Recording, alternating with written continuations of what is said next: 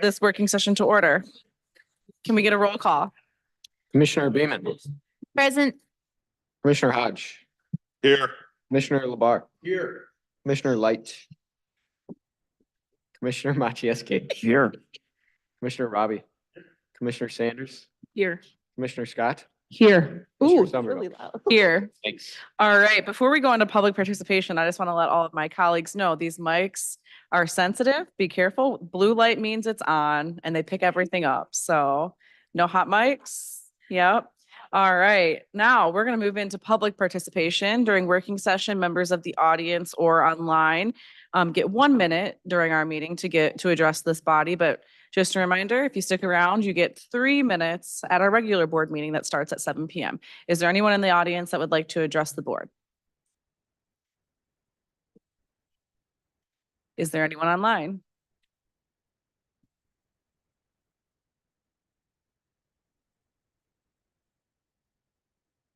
Thank you. Okay, so we will move on. Do we have a report from the county administrator? No report. Thank you. Okay, moving on. Do we have a report from the Board of Commissioners liaison? No report, Chair. Thank you. Okay, we will go right into our discussion items. Our guest this evening is Evan Pratt, our Water Resources Commissioner, and he will give us a presentation on his resiliency plan.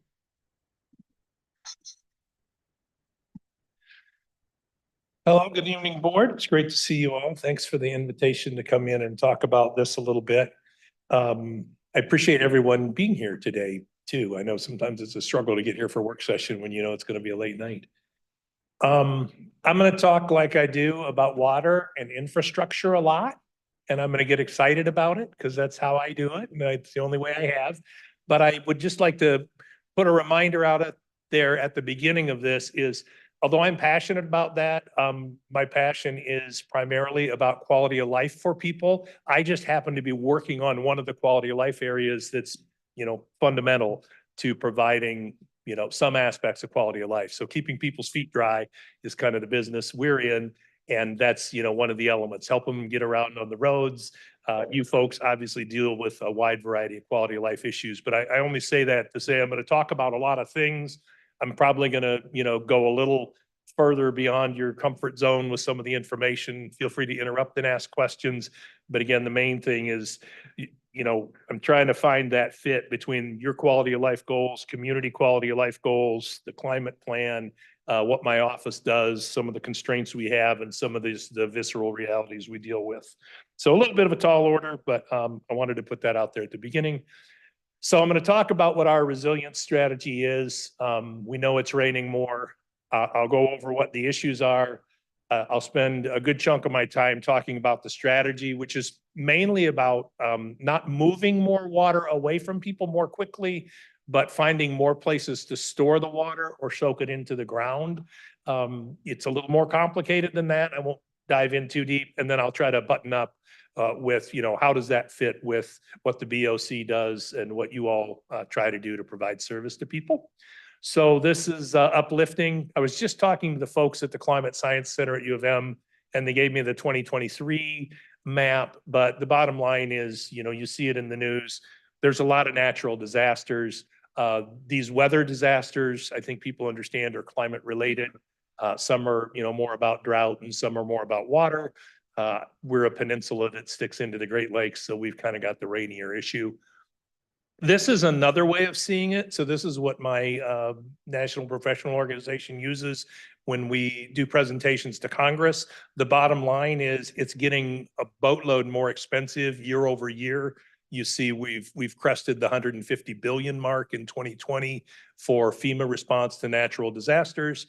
And for anybody who was here on the 2021 disasters, although there was an emergency declaration, there was FEMA money, some people did get restoration. Most people aren't made whole after a weather disaster destroys their property. Whether you're in Florida and it was a hurricane, you're in Iowa and it's tornadoes, or derecho is a new word people in my industry have learned. All of these things really add up, and that's just taxpayer money. Everybody in this room helps fund those disaster recovery efforts. So obviously less of them is better. So June of 2021, we had a lot of problems and issues. Some people lived through that. I know our county administrator was in a number of basements. Not all of them looked like this, but some of them did. And some of the streets looked like this. This particular street, Apple Ridge. We actually were able to do something out there post-storm that made it so that these people did not have this problem in 2023. And the interesting thing is, it was really cheap. We just needed to make it so that the curb had bigger holes where the water goes off the street in the structures, just like they do in Florida. If you're ever walking along, it's just a big wide opening. Done with that.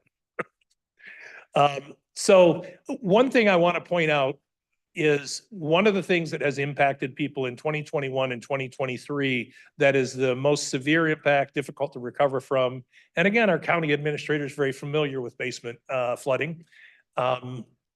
Most basement flooding is because the system that has been pretty commonplace in homes in the US since the 40s and 50s of draining the basement underneath the basement. You dig a hole in the ground for a basement here, and that's essentially creating a bathtub for water unless you're in super, super sandy soils. So those little white lines on the paper are the type of pipes that are an under drain for the foundation of a home.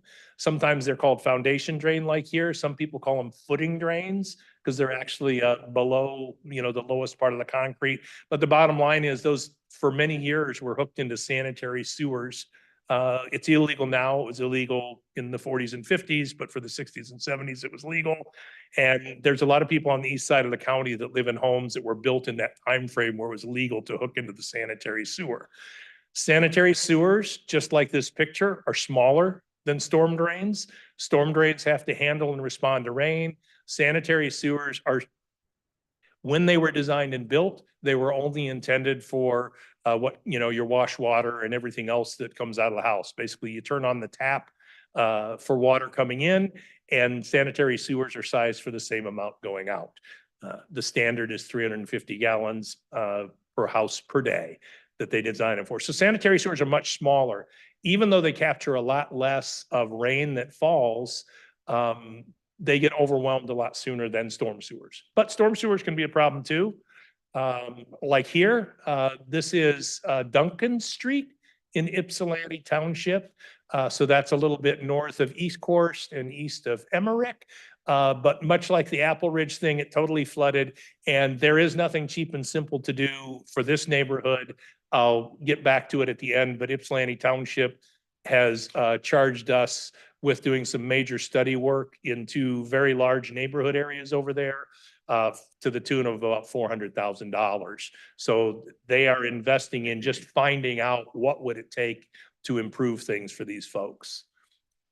And in that same event, on the left here, you see some of the backyards. So it's not even about the streets backing up. Some of it is just water running from one neighbor's yard to another in areas of heavy soils. And on the right, a couple of people have seen this, but that's a dam we own. Tyler Road is still closed to the Ypsilanti Airport coming off of Wired because of this major washout that happened in the 2023 storm. And I don't anticipate it'll be open anytime soon. Right now, we're waiting on DTE to fix one of those pipes as a gas main. And if you walk out there like I do every couple of weeks, it's smelly because there's leaking gas out there. So it's not a safe work environment. The road commission was all eager to go out there and fill it in and fix the hole, but we can't do that until it's a safe workspace. So DTE has been very cooperative. Molly Lumpert-Coy is an excellent government relations person, and she's been very helpful, and her team has. But at the end of the day, we got to deal with the gas before we get out of there. So now I'm starting to get into like it's this onion thing, right? And or the ball of string. You're unraveling your sweater, whatever analogy you want to picture in your head of it's not just that it rained and people's yards are wet. We get these tangential problems that, turn into big challenges and even bigger challenges because the hole is getting a little bit bigger. What you can't see there is there's not much dirt under any of the pavement that you see in this picture. Like it's not safe to walk on and stuff. So another reason they've boarded it off. It's kind of washed out underneath. So this is a map of global temperatures. I haven't updated it for a while. Once again, the folks at the Climate Center at U of M have sent me some better, newer resources. But what you see, as you've heard in the papers, is it's getting hotter. And more importantly, the last 20 to 30 years, it's been getting hotter a lot faster. And that's a problem. The reason it's a problem is the graph for moisture follows the same. Warm air can absorb more moisture. So if you live in Arizona, the fact that it's getting hotter creates a set of problems for you, but it doesn't involve getting rainier.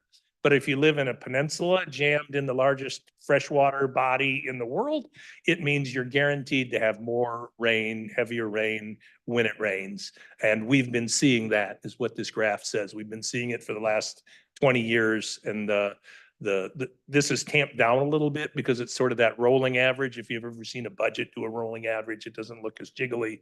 But the shape of the year over year curve looks exactly like this other one. It's just getting hotter faster. And actually what the climate guys told me yesterday was not uplifting. What they told me was most of the research out there says it's the speed at which it's getting hotter is faster than people predicted. Each time they predict it, they find every 10-year chunk they look at, the actual results were faster than the anticipated.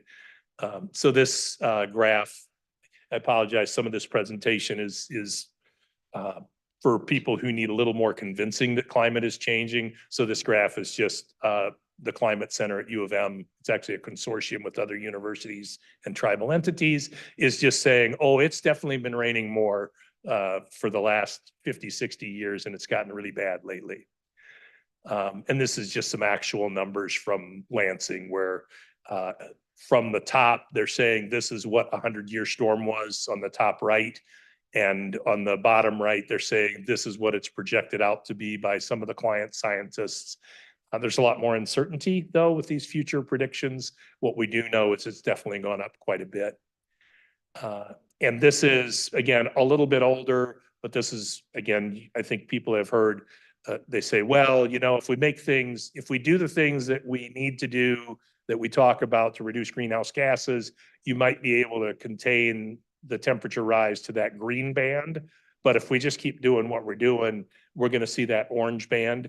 And, you know, you see those degrees of Fahrenheit, we're talking, you know, almost guaranteed to have a 10-degree rise in our average temperatures. And again, this all correlates to water. You know, forecasts for water are going to look just like that. And go figure, this is the forecast for water. So the brown band is what they're saying things are going to look like by end of century. The reason that there's a brown shading with a line in the middle is we can't predict nature precisely. There are folks who do statistical analysis of past events, mash that up with climate models, and do things where I can't even pronounce the words that they use to do their study and analysis. But essentially, the further you go in the future, the more uncertain you are of, well, if this, and that happen, then what's the outcome? But the bottom line is the 100-year storm is a little over 5 inches. That's the blue line. That's, you know, based on history and not forecast. That's what's been observed since they started looking at rain gauges in the late 1880s. And the brown is what's anticipated. And the middle of the road number is, you know, we're not quite going to double for what it's like in a heavy rain. But essentially, most of the climate people I talk to say it's fair for me to represent that today's 100-year storm will probably be the 10-year storm, probably a little past mid-century. Now, what does that mean? A 100-year storm means there's a 1% chance in any year that you're going to get that amount of rain in a certain time frame. You know, let's just say a 24-hour period. There's a 100-year storm for every single time period you could imagine. A 10-year storm means there's a 10% chance in any given year. So what this means is you're going to see the bad storms more frequently. When I have people call, when I started this job a dozen years ago, we used to spend time talking to them about, I'm not sure that you've never seen this kind of situation before. Come on, you know, maybe it rained at night. But now when somebody calls and says, I've never seen it this bad at my place, we say, you are absolutely right. You never have. And unfortunately, it's going to get worse. So we are just agreeing with people because it's kind of true. This was in your packet. This is just an excerpt. But again, the event we had in 2021 allegedly had a 0.33% chance of occurring in any given year, according to that blue chart that I was showing you for, you know, this is what is actual, and this is how we're going to classify rains. And the one we got in 2023 only had a 0.2% chance of happening in any year. This is kind of like the headline down in Houston a few years ago that says, how is it that in 3 years we had 2,000-year storms and one 500-year storm? Maybe we don't understand what's going on so well. So the point of this slide is the blue band that I've got is already out of date. That's not really what's happening today at all. What's happening is things that people have never seen before. And I'll just call your attention to the basement backup section near the top of the slide. And it just compares how many people had basement backups, whether it's on the east side or in the city of Ann Arbor. Just because we didn't have as many, all that means is the storm cell was fairly small and confined. We're just lucky we didn't have a huge system like Midland had in 2020 or like Detroit had in 2021 and 2023 and 2013 and 2014. We're just lucky we haven't had, a big sweeper. So if that wasn't uplifting enough, we had this thing that just happened in August, right? And for me, it's terrible. So this is down in Augusta Township in January. That's Rodney Taylor's feet there on the right-hand side of your screen. I don't know why he was out there going barefoot, but he was showing us what happened. But when I drove to his house, he's all the way down in the southeast part of town, not quite at the end, but kind of Rawsonville and Willis. So pretty far down. Takes a half an hour to get there from here. Everything I passed in Augusta Township looked just like that. Everything. You wouldn't believe. Now it's old lake bed there. Lake Erie used to actually go all the way to Stony Creek and Ridge Road and stuff like that, but it's also very sandy. So, I mean, what you're looking at right now is that's where the groundwater was. It was out of the ground. So Augusta typically gets hit pretty bad when we have these things. We are working with the township. We're a special assessment organization, so we can only work at the pace typically that it's usually more driven by township general fund capabilities than individual property owners. Sometimes the impact to individual property owners is tough, but a lot of communities out county, they've got one mill, it's spread pretty thin. And all of a sudden, working with Augusta Township to move from their general fund supporting 16 or 18 grand to 30 or 40 grand was a big step for them. But they absolutely saw the value and have been very supportive all along. It's just, we've only dug out maybe 10% of the ditches there. So the point I was trying to make earlier though is it's not just about how many inches of rain you get. I talked about that all the way along, and I talked about how we're getting more inches of rain, but everything that's done for the infrastructure side of things kind of assumes average conditions. And the fear that everybody in my world has is when we have one of those winter rains like we did a couple of weeks ago. The ground's totally frozen. Normally ground is going to soak up 60 to 70% of the rain that falls. 60% in Ann Arbor, maybe 75% down in Augusta Township. When the ground's frozen, the whole world is the Costco parking lot. Not one drop of rain soaks into the ground. It all needs to find a place to go, and there's nowhere for it to go. The bottom line is, this slide just says, when we got that 1.5 inches of rain, it was 2 over 3 days, 1.5 inches in kind of a 12-hour period.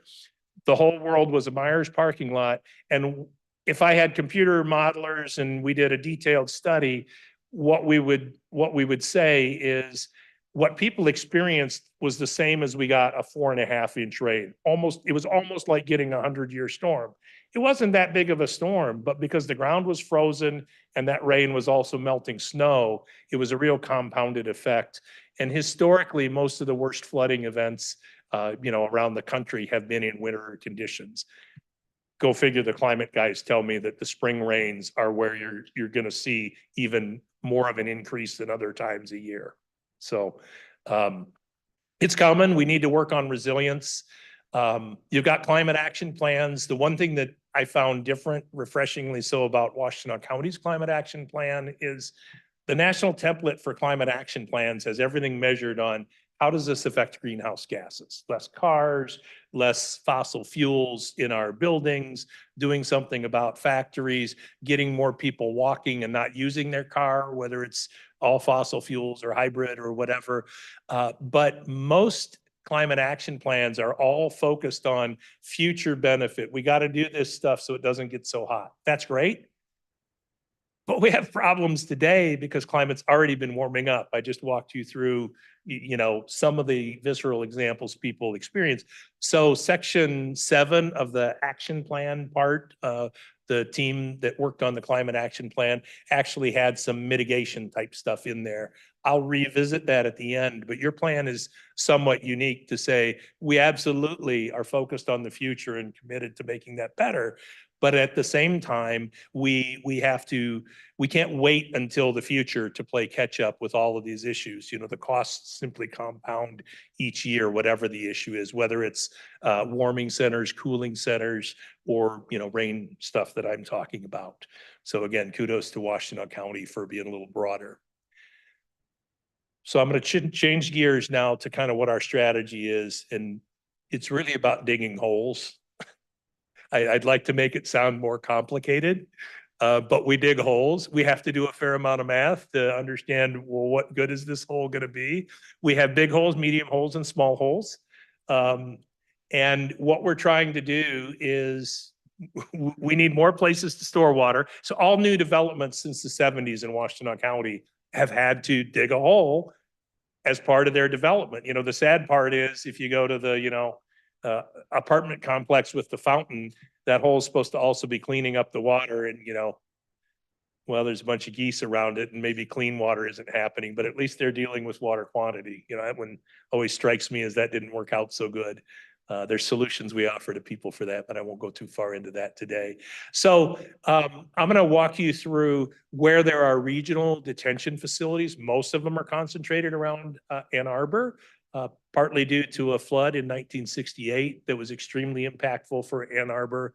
Most of those things that I show you on a map were actually involved condemnation of private property. This is how serious the city was about, we better do something about all this rain. This is one of the reasons why this part of the country started a little earlier with requiring developments to actually manage the rain that falls on their site instead of trying to, scoot it downstream. And actually those development sites are probably the best opportunity for improvement. I'll also talk just a little bit about, it's a lot cheaper to optimize the holes you already have than to dig new ones. You can't fix everything through this optimization, but I'll talk about a couple of things we're doing with the regional and the development sites. I covered a lot so far. Does anybody have a question or two right now?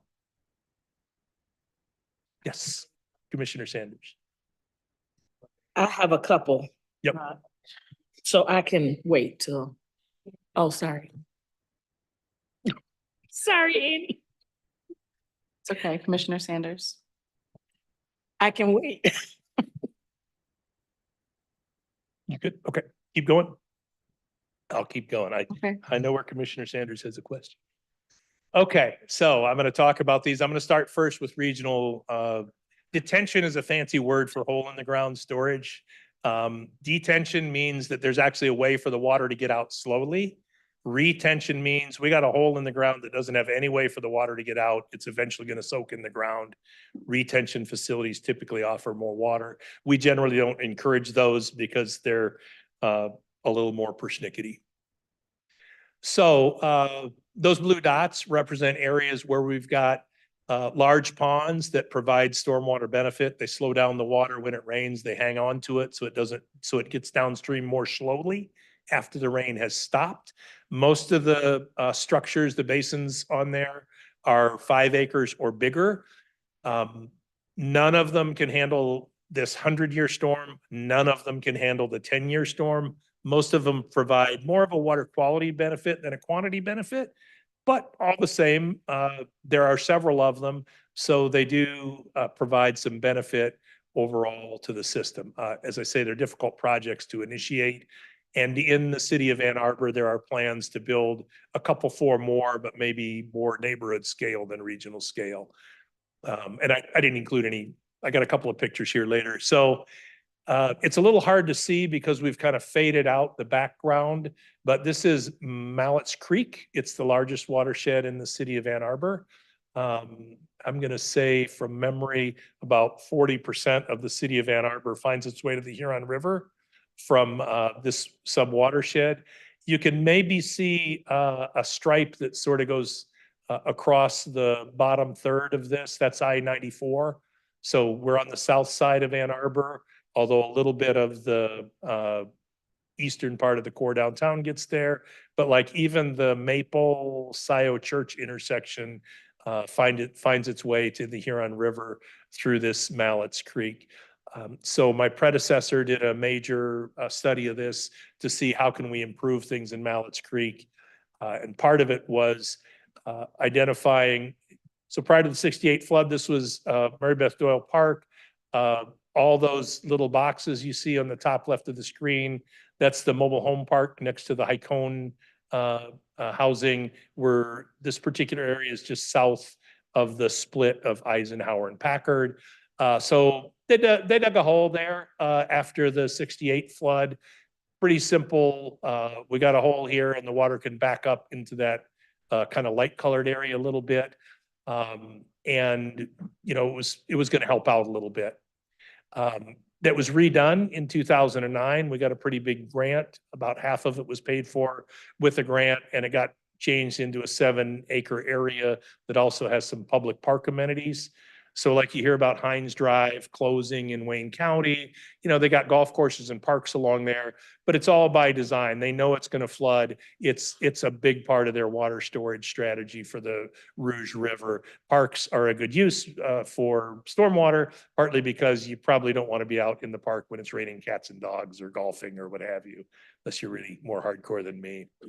So this is a little aerial oblique of this Mary Beth Doyle Park. I just want to give you a sense of this one doesn't do a lot. It handles the first 0.2 of an inch of rain.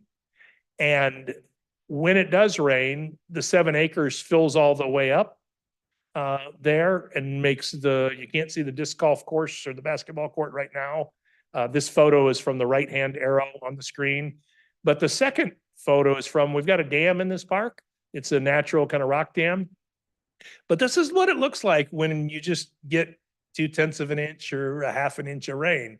It's pretty serious. You would get washed away if you tried to walk across that water, partly because it's a very large drainage area that comes down. There's probably 3 or 4 square miles upstream that come to that area. So that's one of the regional storage facilities around there. This is more at a neighborhood level, kind of a cross between, is this regional or not? This is further upstream on Mallett's Creek. And we had some flooding in what I would call the Lawton and Dickon neighborhoods. This is the extent that you saw. Cars floated down the road. We had videos of it. I have a friend that works for YCUA, and there were a lot of funny words on their video about the water creeping up to their house. I mean, they were 100 feet from the road, and they had 3 feet of water right off their doorstep and stuff. So it was pretty bad there. This happened in 2012. Because of the process, we just completed a project, but I'd like you to watch me toggle back and forth. This is the flooding that was reported by neighbors as put in by a computer model.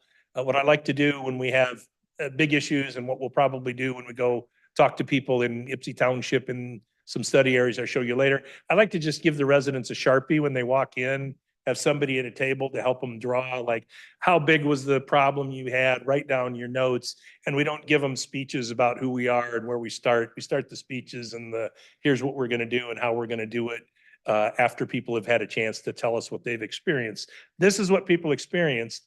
And after, there's going to be 2 more projects to deal with all the flooding, but it got better. So I'm just going to go back and forth, and you can kind of see the blue all represents surface flooding that was, similar to what you saw, water in the streets, in people's front yards and stuff. So a pretty substantial improvement.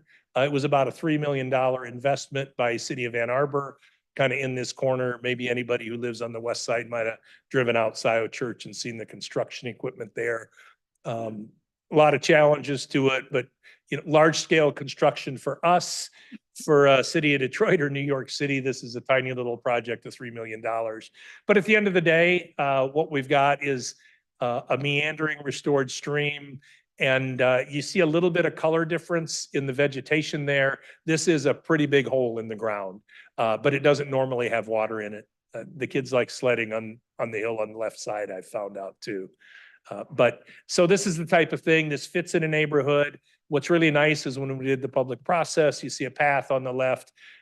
Because of the way that neighborhood is configured, people had to walk like a mile and a half just to get over to the library that's over in Pittsfield, the Pittsfield branch. And we actually put a trail through the park there, so it'd be easier for them. So again, this is a thing that we did to improve the water and that, but it needs to look nice. It needs to still have a usable park function because we're in an area that was treated like a park. But there's also an opportunity to provide amenities for people that didn't exist beforehand. And that's kind of the point of showing something like this. Pioneer High, people might not know, there's a 2 million gallon storage reservoir underneath the RV parking lot there that our office did before me working there. And at the time it was put in, almost half the water that came to it soaked into the ground.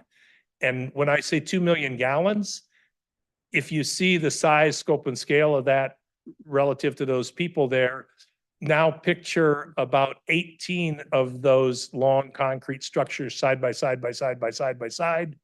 And I've got a little arrow pointing to the inside of that concrete structure. We call it a box culvert. And you see a bunch of dots on the bottom of it. Those are 6-inch diameter holes that allow the water to soak into the ground. So again, scope scale wise, this is pretty big. Nobody sees it.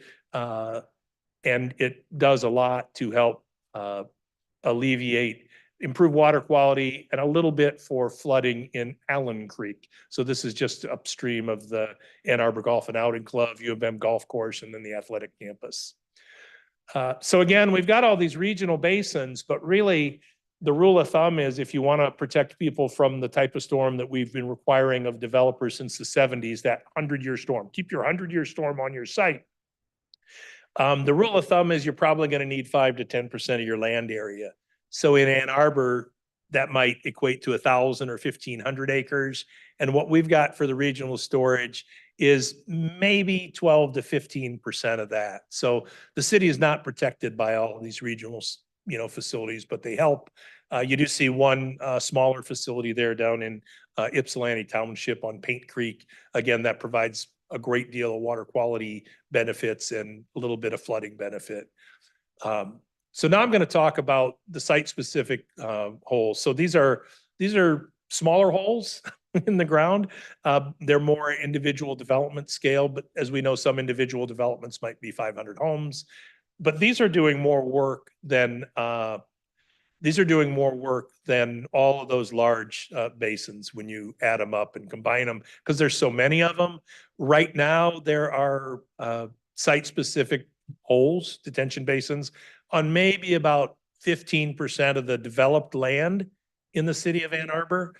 So a long ways to go, but this is just the south side of town. And I've just identified with little blue dots, all the water storage that's going on to help moderate and, what we call shave off the peaks into the system. So all those blue dots are where water gets slowed down when it rains hard and are protecting people downstream from 100-year storm. But you also see there are large areas that clearly have a lot of hard surface with no blue dots.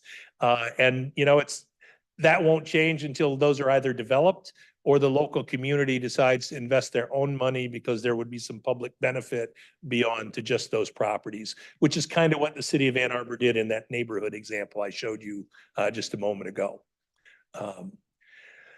So we're doing an analysis right now of how are those ponds functioning. I've seen a lot of demonstrations or presentations at my national conferences, and the few that I've seen where someone really took a good hard look at, hey, how are those being maintained? And are those ponds on development sites still doing their job?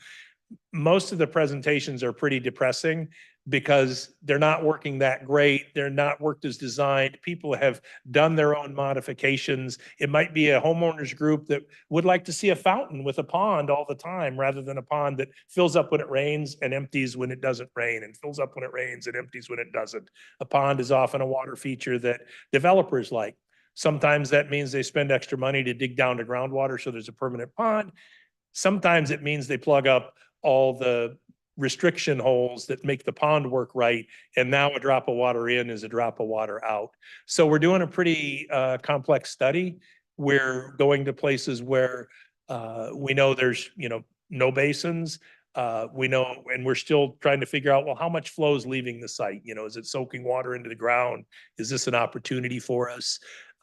Do we have older storage basins that I just told you at the beginning, it's raining more and more and more. So the standards the county had in the 1970s versus the 1980s versus the late 90s all got, you know, progressively required a little bit more storage, a little bit more storage. And what we require now is actually almost, in some situations, almost 70% more than what we were requiring in 98. So it's a big change. And it's one of the reasons why when some of you have contacted me about, oh, these property owners don't want this development and what can we do? You know, part of my thing is, well, we know our requirements are you cannot make it any worse for people downstream, and we're trying to stay on top of climate. That doesn't mean it's a great development or it's a bad idea, but it does mean that at least the water from the site, if they get our approval, is not going to cause people downstream a big issue for the foreseeable future. But at the end of the day, we're trying to audit all the things that have been built. We've got about 600 of those individual development ponds that are under my office's authority. The city's doing their own study, the city of Ann Arbor. I believe they've got 300 and some of these ponds. So all of a sudden it adds up, right? Probably 5 to 6 times the benefit of the regionals. But we're really looking for 2 things. One, we want to know where are these ponds and they're not functioning as designed.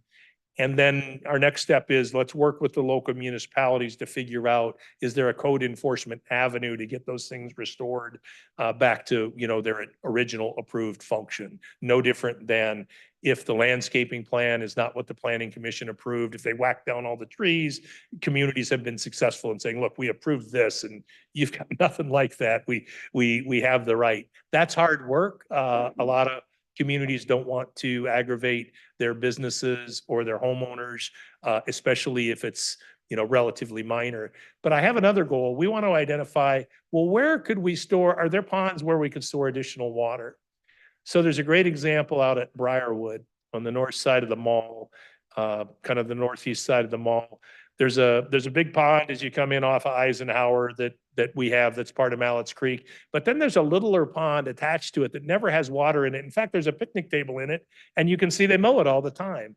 When I look at that, what I see is that's either something where a drop of water comes in and it goes out and it's not doing anything. That's not the case there. The other thing I see when I see something like that is it's very sandy there, and every drop of water that hits soaks into the ground. We could store more water there. So I'm trying to find more places like that, because it would be a lot easier to come up with some type of partnership program to incent businesses to not only, you know, you guys owe us restoring your thing to the original purpose that was approved, but we'd like to kick in a little bit more to provide additional benefit to folks downstream. You know, we'd like, wherever we can deal with more water, we'd like to do that.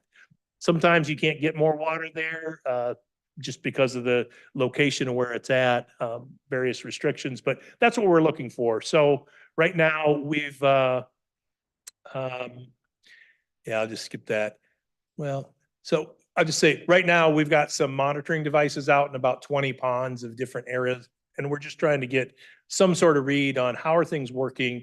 And so we can work with the communities on, can we have a better legal framework so that either the community or our office, depending on who's got jurisdiction, would be able to get in there and encourage the property owner to fix things?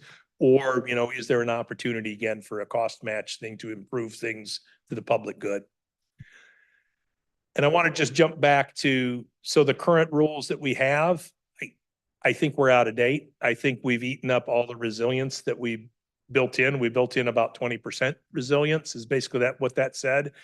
On the other hand, all the new developments, we're looking for them to soak into the ground 90% of the annual rainfall. So that's a good thing in general. When you have the big storm, that doesn't mean it all soaks in, but we have found a quarter of the sites that have come through our office since 2014 actually soak 100% of the rain that hits their site into the ground, and it doesn't go anywhere. That's ideal. But if their soils don't allow soaking water in the ground, we make them make their ponds 20% bigger. Well, I think that's kind of been eaten up. We're using math that was at a point where rain has increased since then. This is just a scatter plot of, as of a couple of years ago. Now we've seen more than 300 new developments of size and substance that have come in. And again, they meet our current rules and our, the original goal of our current rules was to help us get ahead. I think now we're just kind of staying even. But in some places, that's as good as getting ahead. Things that happen in downtown, you don't see ponds in downtown Ann Arbor, right? But we've seen all these towers go up. Every one of those tall buildings that you've seen built in their basement, they basically catch all their rainwater on the roof, they route it to the basement, and in the sub-basement, they soak it into the ground. This whole part of Ann Arbor is a big hill of sand. It's extremely permeable. And so all of those big developments that come in. Now, those are just taking hard surface, and it's just as much hard surface as it was before. So those are where we are getting ahead. We're taking all of that water offline. But again, I'm not sure we're getting ahead fast enough. These are just pictures of the type of sensing devices we use. So we look at what's the ground moisture like? Because I told you things are going to happen differently on the landscape when the ground's not only frozen, but if the ground's totally saturated with water, it might as well be frozen. And people have probably had situations like that at their house. Little gauges in some of these neighborhood scale or development scale ponds that we use to figure out what's going on. So those holes in the ground do a lot of work. Some water quality work, some water quantity work. I'm going to talk a little bit about green infrastructure, the rain gardens. I'm going to breeze through this pretty quickly because from a resilience standpoint, they have great aesthetics, they have great water quality, both of which are necessary. But even though our best guess is we're getting close to 2,000 rain gardens in the area, they can only do so much because they're pretty small scale. So here's a scatter plot again, a couple of years old, but this is where where we know people have chosen to build rain gardens. 20 million gallons a year gets diverted and soaked into the ground. That's great for creeks. That's great for habitat in creeks. Water soaking into the ground cools the water off and filters it, and that's really healthy for a stream. So this is a rain garden at Vets Park, off to the right side as you pull into the parking lot. Nothing fancy now. It's a springtime photo, but those clumpier grasses are these really nice blue flag irises that look great. But a lot of rain gardens, kind of look like this, green or brown for a good chunk of the year. Depends on what kind of plantings. Stone School Road, we did a major investment with the city of Ann Arbor. These actually do provide some storage volume. Rain gardens are great along roads. Roads are the biggest source of pollutant load to our rivers, lakes, and streams now. It's not the fault of the road agency. It's that cars, tires have zinc in them, and catalytic converters have a variety of heavy metals, cadmium, manganese, magnesium. These are not things that we should be ingesting a lot of, but they get in our waterways. They get in the food chain. We eat the fish, and voila, all that kind of stuff. And we maintain 125 rain gardens contractually for the city, like those ones on Stone School. We actually have a sheet of what's there. We use a lot of volunteers, so there's not a lot of public money in this. We more run a volunteer program. We have stewards for areas or big nature areas or clumps of ponds and basins and stuff like that. But we rely on volunteers for these rain gardens. Primarily. Miller Road, there's 23 rain gardens between Newport and Maple Road. And they can look as innocuous as this. There's some maple trees and what's called fox sedge. It looks kind of like grass. It flops over and it doesn't really get brown. So that's one where people are like, I don't know about them weeds. We do something like that there. But the whole point is to, intercept some of that road drainage. And then the city of Ann Arbor came up with a neat idea. I don't know if anybody's ever heard of permeable pavement, but again, this is another way to help. Permeable pavement from an operations standpoint, from a facilities guy standpoint, Greg probably can jive with this. Having something that's totally different than everything else that you have to maintain a totally different way is quite a challenge, particularly in a large organization. So the city of Ann Arbor had some bad experiences with permeable pavements, but they realized we're on this giant hill of sand. So actually most of the road construction you've seen in the Ann Arbor core underground, they're dealing with the 100-year storm. So instead of collecting the water and sending it away in pipes, they collect the water and they push it into the sub base of the road, unless it's, an incredibly high flood. They basically have little mini dams in some of the structures, and most of the water soaks into the ground. So, they try to do their part in there. So strategies like that are helpful and useful, really not germane to all of our discussion, but I kind of wanted to fold in all the things that people are doing for resilience. Because again, anything you can do to soak water in the ground subtracts it from this growing problem. Again, I feel like where we are today is what's getting subtracted is a lot smaller than what's getting added to the total amount of water that, comes past my house, your house, and ends up in the creeks that are tough. So I mentioned before, Janice Bobrin worked on the Malice Creek Restoration Plan. This is just a little shout out to those who plan and come up with big unachievable ideas. The bottom line that you can't read on the right there says 19 million and change. Harry Sheehan at our office is headed up getting grants, and you see all the check marks on there. Mallett's Creek has a little bit more flood protection than it did. That Mary Beth Doyle Park I showed you with the dam and all the water on it was one of those projects in there, but it's a ton cleaner. We have incredibly great data from the Huron River Watershed Council that shows that E. coli is down, phosphorus is down. Mallett's Creek has really moved the needle, and some of the state regulatory add-ons that we had, we've finally been able to subtract. So we don't have as many obligations with the city in that area. So now I'm going to move away from, our strategy, what we've been doing, a couple of success stories. So this is straight from the Climate Action Plan.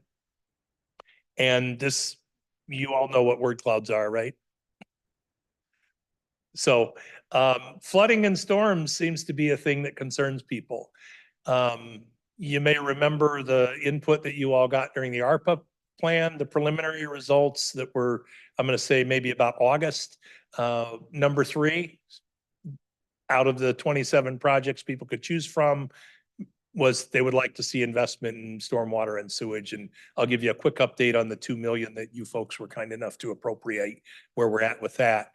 The final results though, when the town halls were over with, more people filled out the surveys, and there was that regional analysis says, countywide, it kind of sounds more like a number 2 thing that people are thinking. So this is straight out of those results. I don't know if they're still posted or not, but this is something that people are interested in. Now, of course, when you ask people about investing money that's not theirs, you might get a different answer than if you ask them about investing their own money. Remember, I run an office where I spend other people's money, not mine and not GF money to any extent. But again, at the end of the day, just about everywhere, it's a big issue. I was a little surprised, like Ypsi City and Township, but when you go back and look, the top 2 in Ypsi City and Township were exactly the top 2 shown here. And again, you all certainly dove into that. You dove into, broadband, all of those things. So back to, again, kudos to this plan. The standard process that the consultants or people who've gone through this is like, okay, first you got to have your climate action plan. There's also a thing called the hazard mitigation plan that Washtenaw County doesn't have. City of Ann Arbor has one. University of Michigan has one. That opens a door to FEMA funding. The door to FEMA funding is shut without a hazard mitigation plan, but there's some cons to that I'll mention. But then there's the actual investment actions. A hazard mitigation plan isn't just a plan. It's telling the government that you plan to do some things that cost money, and they want to see a report every year that you did some things that cost money. So kind of the end is the climate action plan items, that are in there for resilience. Yes, I talked to Andrews. Some of these things are things that I've mentioned before, but I didn't sit in on any of those meetings. So I think it would still be helpful to consider transitioning that $2 million of ARPA money into some type of annual incentive program to not give people free money. I don't believe in free money. To match, to cost share. You want to invest in something, maybe we'll help you invest in it if it meets some parameters. And I think we did $500,000 last year and now we're doing the other 1.5 million this year. But 500,000 to 1 million would meet demand. And I would also say what we found out of this is the dialogue and having a successful partnership, has a tendency to create a conversation about, let's do the next thing. That worked out pretty good. And I'm not always bringing money to the table for the next thing. There's something in there called the vulnerability analysis. Although the CAP doesn't specifically list these numbers, these are ones that I shared my best estimate. What are the parts of the county where all of our goals in not just the climate action plan, but this body's goals, right? How are we going to address opportunity index? How are we going to get people's to not be in the blue shading and be moving to the pink shading? How can we move up that ladder? Well, a vulnerability analysis looks at a different set of factors. It says who is most vulnerable to getting their feet wet. The climate action plan did a preliminary look at that, which was great, but all they had to work with was 100-year floodplain. And I guarantee you the large areas I'm going to show you that have flooded are mostly not in the 100-year floodplain. They're in areas where we can't get the water off the street fast enough when it rains hard. So the 100-year floodplain is good for an initial look at the worst of the worst, but there's a lot of other vulnerable areas. Vulnerability analysis is folks who are going to have more trouble than average recovering from a disaster of any sort, whether it's a weather disaster or some other major, impact on their world, whether it's my house burned down or there were tornadoes or it was flooding or what have you.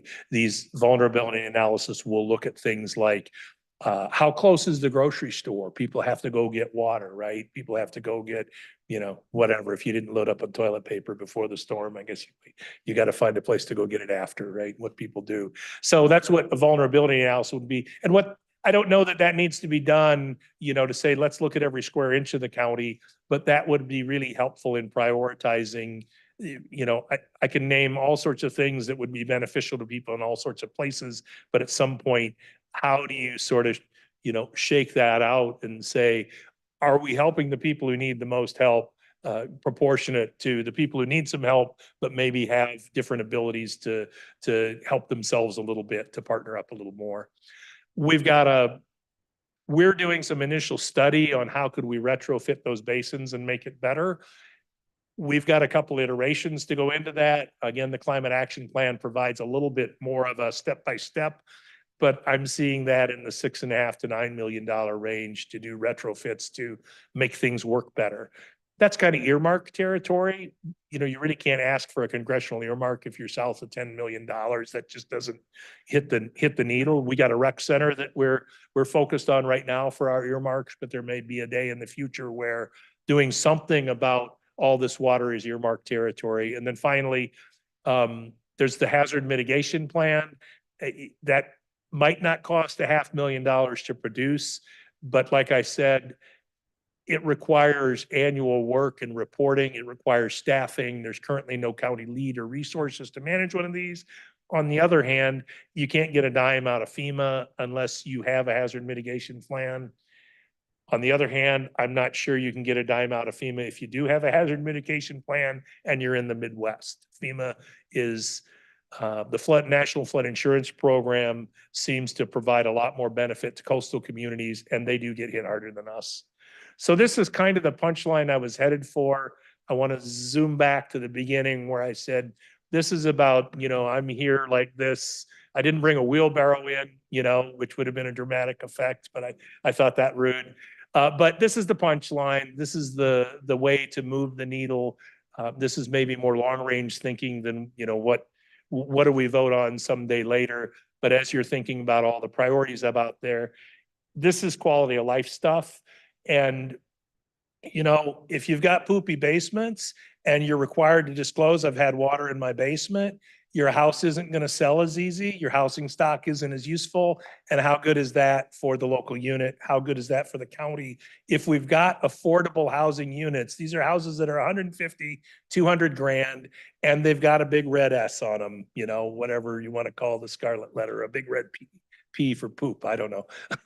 But, your property could be much more valuable if you could help the, housing industry just put a check mark next to, yeah, that's not a problem in these areas. So, now another gear shift, and I got 2 more slides and we're done.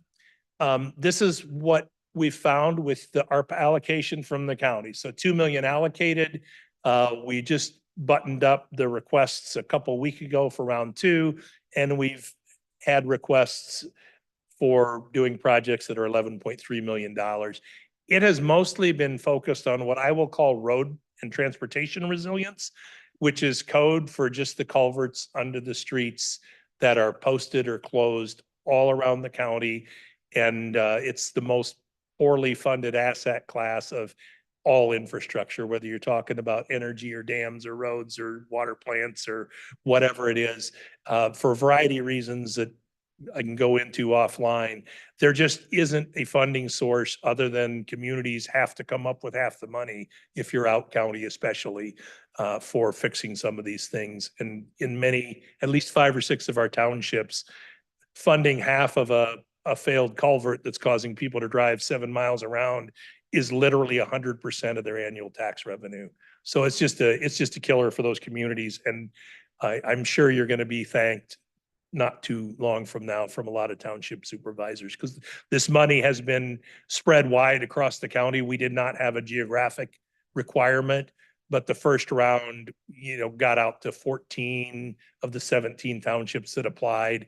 And I'm pretty sure that everybody has gotten something out of this or will get something out of this. We have not announced who's the winners for round 2, but it's been very successful and I know people appreciate it. Then I'm just going to point out, this is one of the study areas of flooding. So the right half of that blue shaded area is West Willow neighborhood, south half mostly. So we have started a study for there.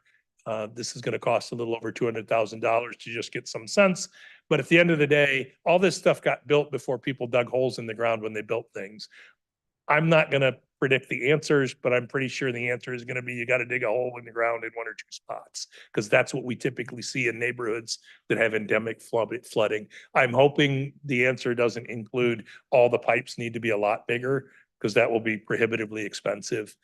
This neighborhood's a little bigger and has had documented endemic problems. There were major investments in the 30s, 50s, and 70s in this neighborhood, and it's just time for more investment. Fortunately, the township, Ypsilanti Township, does own 2 large properties that are well suited to digging a big hole. Again, I don't want to say I know what the answers are, but I'd be surprised if that wasn't part of the answer, along with whatever else has to be done.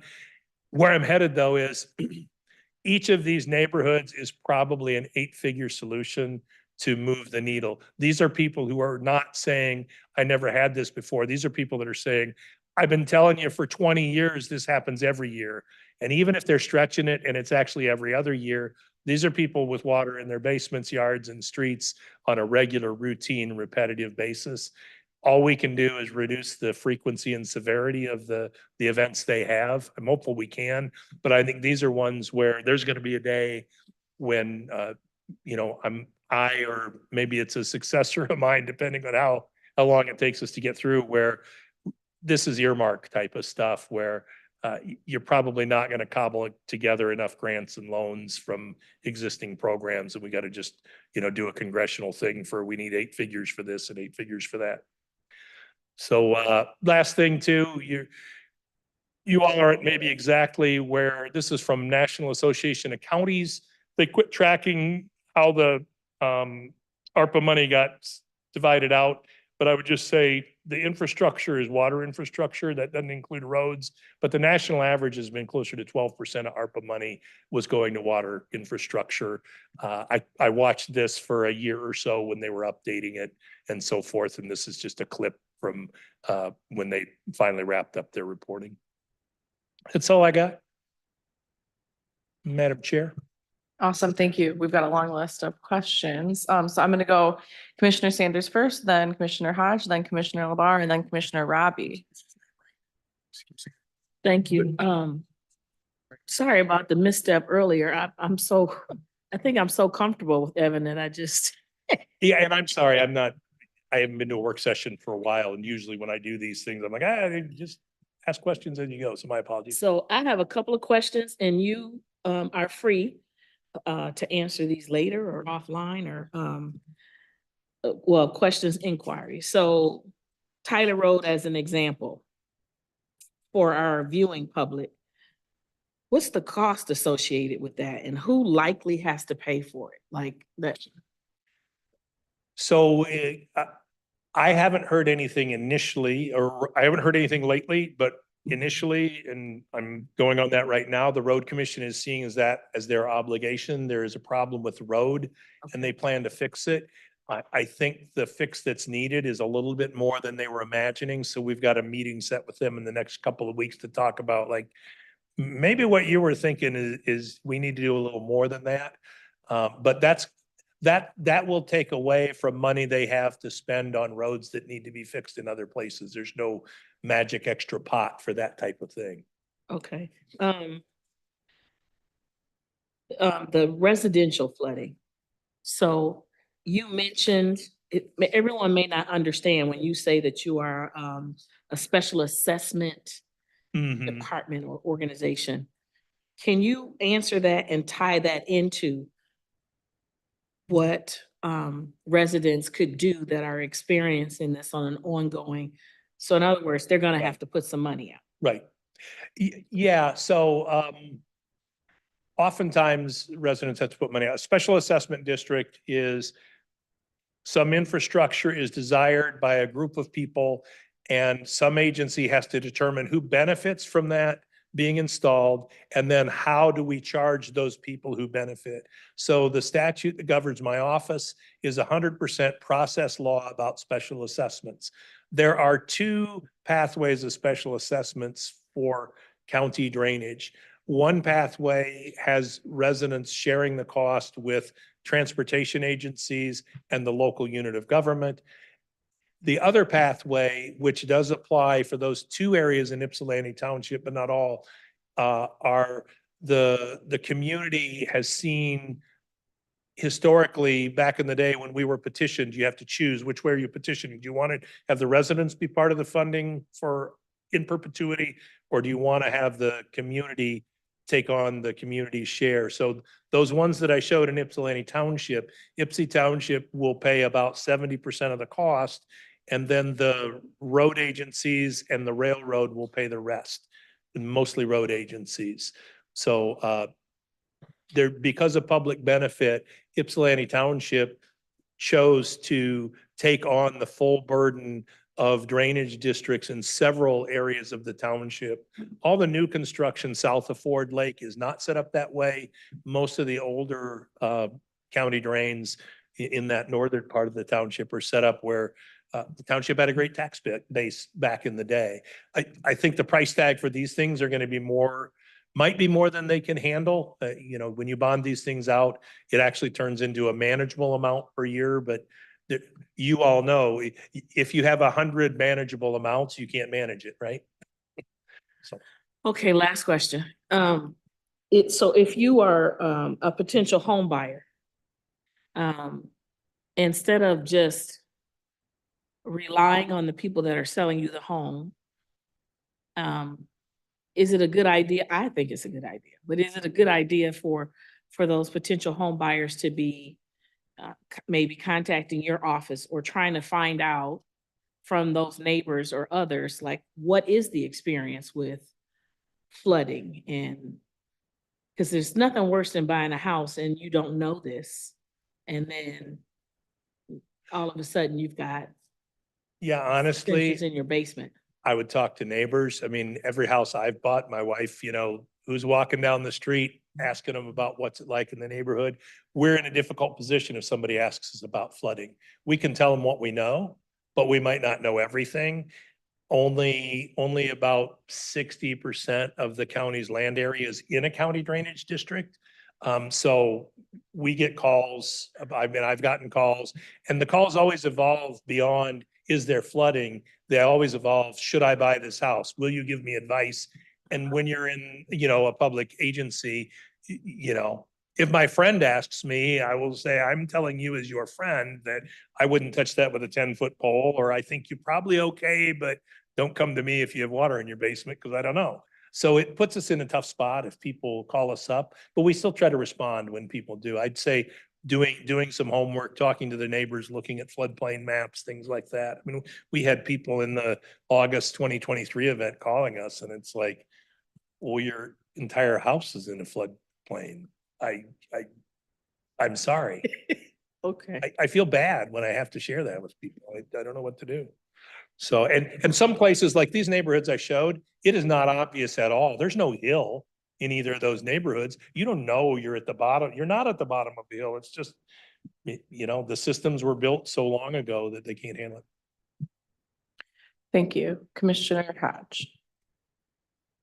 Thank you, Madam Chair. Oh, goodness, these new mics. The mics are good. We do like the new mics. Hot, hot, hot. Yeah. Thank you for the presentation. I want to point out or let you know, you already know this, but the second to last Ipsy Township slide, that's my neighborhood, and we're one of the frequent flooders. We flooded recently in the last one, so we get the, you know, the pond looking thing in the backyard, and then it's a thing to handle, right? You know, like you said, you have to tell when you sell the house. I'm not planning on selling the house anytime soon.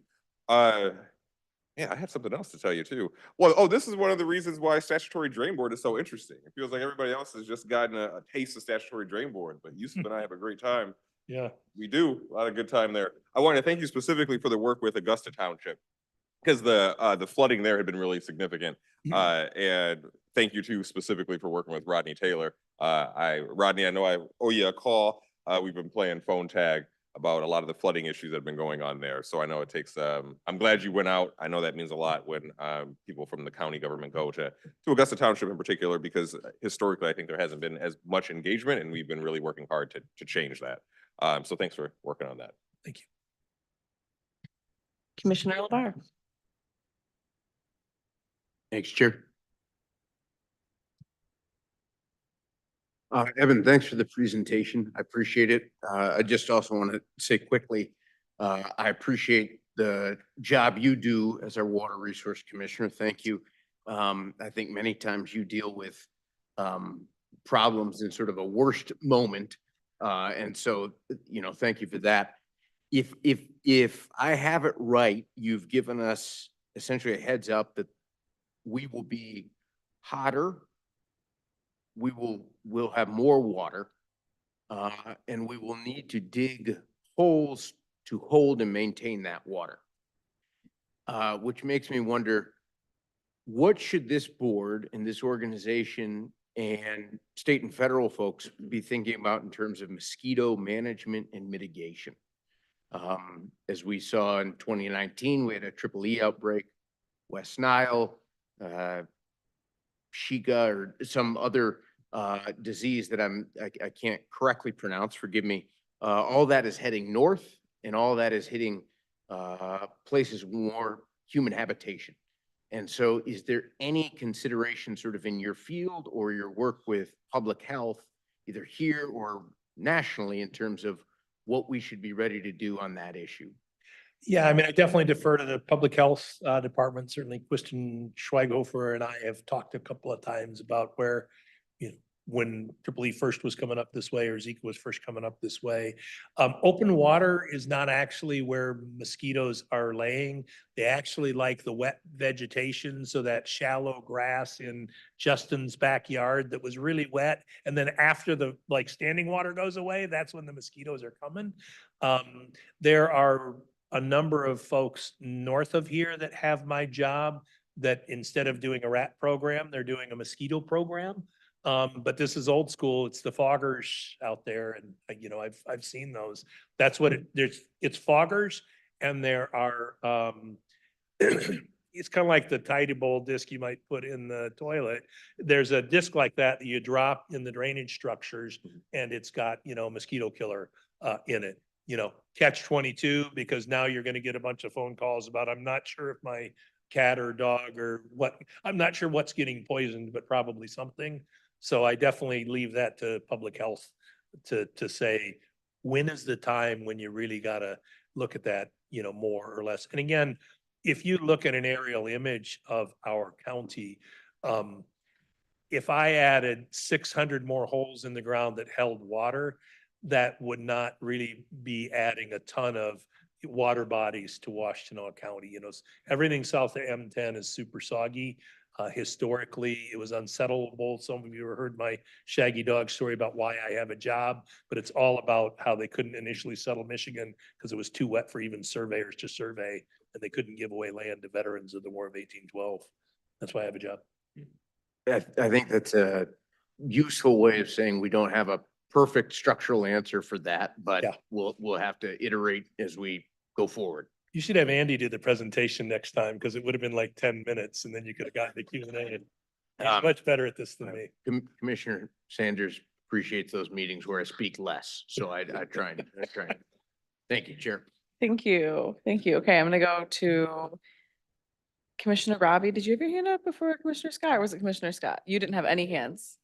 Was he? Okay, I just wanted to confirm. Commissioner Robbie, then Commissioner Scott. I'm in no rush. Ooh, wow, there's new cameras. Well done. Well done. I wanted to see, I basically wanted to say, I wanted to speak so I could see like how I looked on camera. That was the main reason I wanted to say something, actually. You look great up there. Thank you. I don't In know. real life and on camera. I just wanted to make sure my filter looked good, but I mean, the cameras, it's better than the old camera, I will say, so. Paler, but it's a crisper look. Everybody else kind of looks pale, but I feel like I look crisp, so. It's pretty sharp. What is this technology? Well, yeah. So good work, Greg. All right, so I'm gonna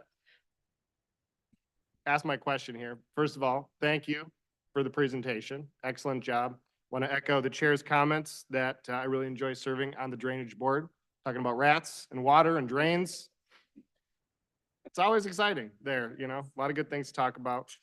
A little bit of close to home question, literally. So, you know, you were talking about homeowners buying their houses, questions that they have and so forth. So I kind of knew what I was getting into to a degree. I probably, you know, having been in this world, as you know, since I was a wee little boy, I, you know, knew what to look for. And one of the things I looked at when I moved it, before I moved into my house, was the circa 1800s pre-settlement map to see what my neighborhood was before everything was clear cut and, you know, the European settlers moved in.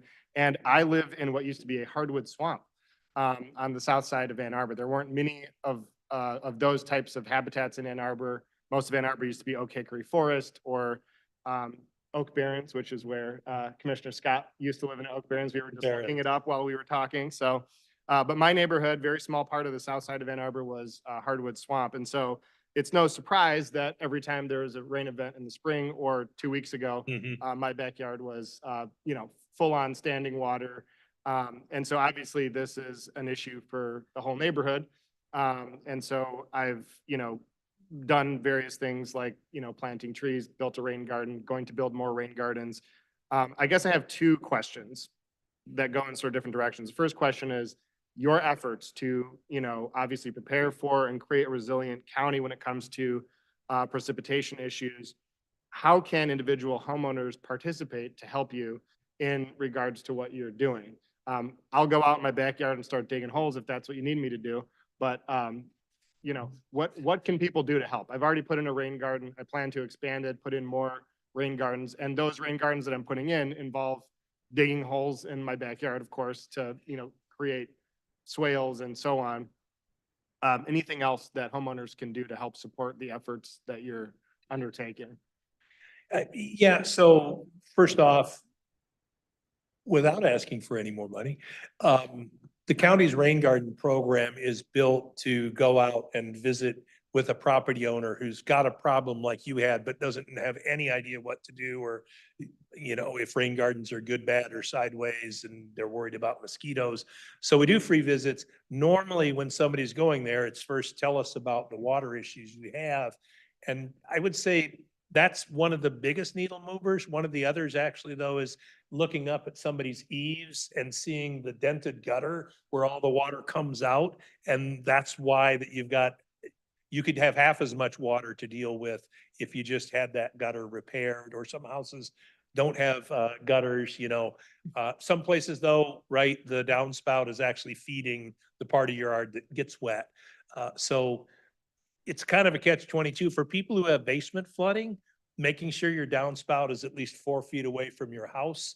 That's a really big one, because like I said, they dig it, it's like a basement, but for them to build your basement, the concrete forms require a couple of feet around. So the soil immediately adjacent to your house's foundation is more permeable. So if people are having basement flooding issues, really pushing that groundwater away from the house is a cheap, easy thing to do. But really, I mean, I probably would say 70% of the conversations I have when I'm meeting with somebody is, it maybe wasn't the best place to build a house. And the sad part is there's a thing called the soil survey for every county. And it tells you the kind of soils and permeability. We use it for our reviews and such. But the back of the book actually says, what is this soil suitable for? And back in the day when they started this is US Geological Service. It was really more about telling farmers if it was good land or not to farm. And, could you do livestock on it? Can you build a pole barn on it? But it does say, is this soil that you really want to build a house on? And I would say, 95% of the time I've met with a property owner and been like, man, I think you're in a tough spot here. And you might think about moving to a new place. I don't usually say it out loud Well, like that. Yeah, I mean, and to, I mean, But when I go back and look at the book, it says we shouldn't have built stuff there. right. Just a couple of reactions to that. First of all, in terms of soil, in my backyard, it's clay, deep clay, no permeability. And yet to your point, they should have denied the permit in the 1940s when they, that neighborhood there, and probably shouldn't have clear cut the hardwood swamp to begin with. But anyways, most homeowners are not in a situation where they can just be like, Yep. yeah, let me just get rid of this house and I- somebody's going to move in there, right?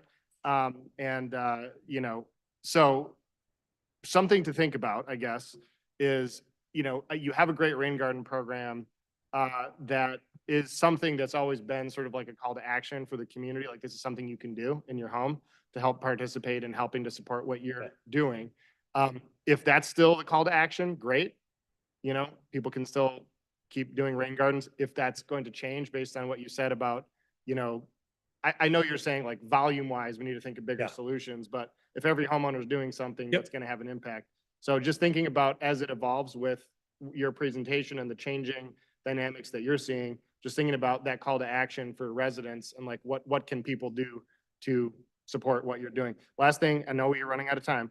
Last thing I just quickly want to say is this is not speaking to a necessarily real situation, but hypothetically, if somebody, If you had a friend, if I had a friend that were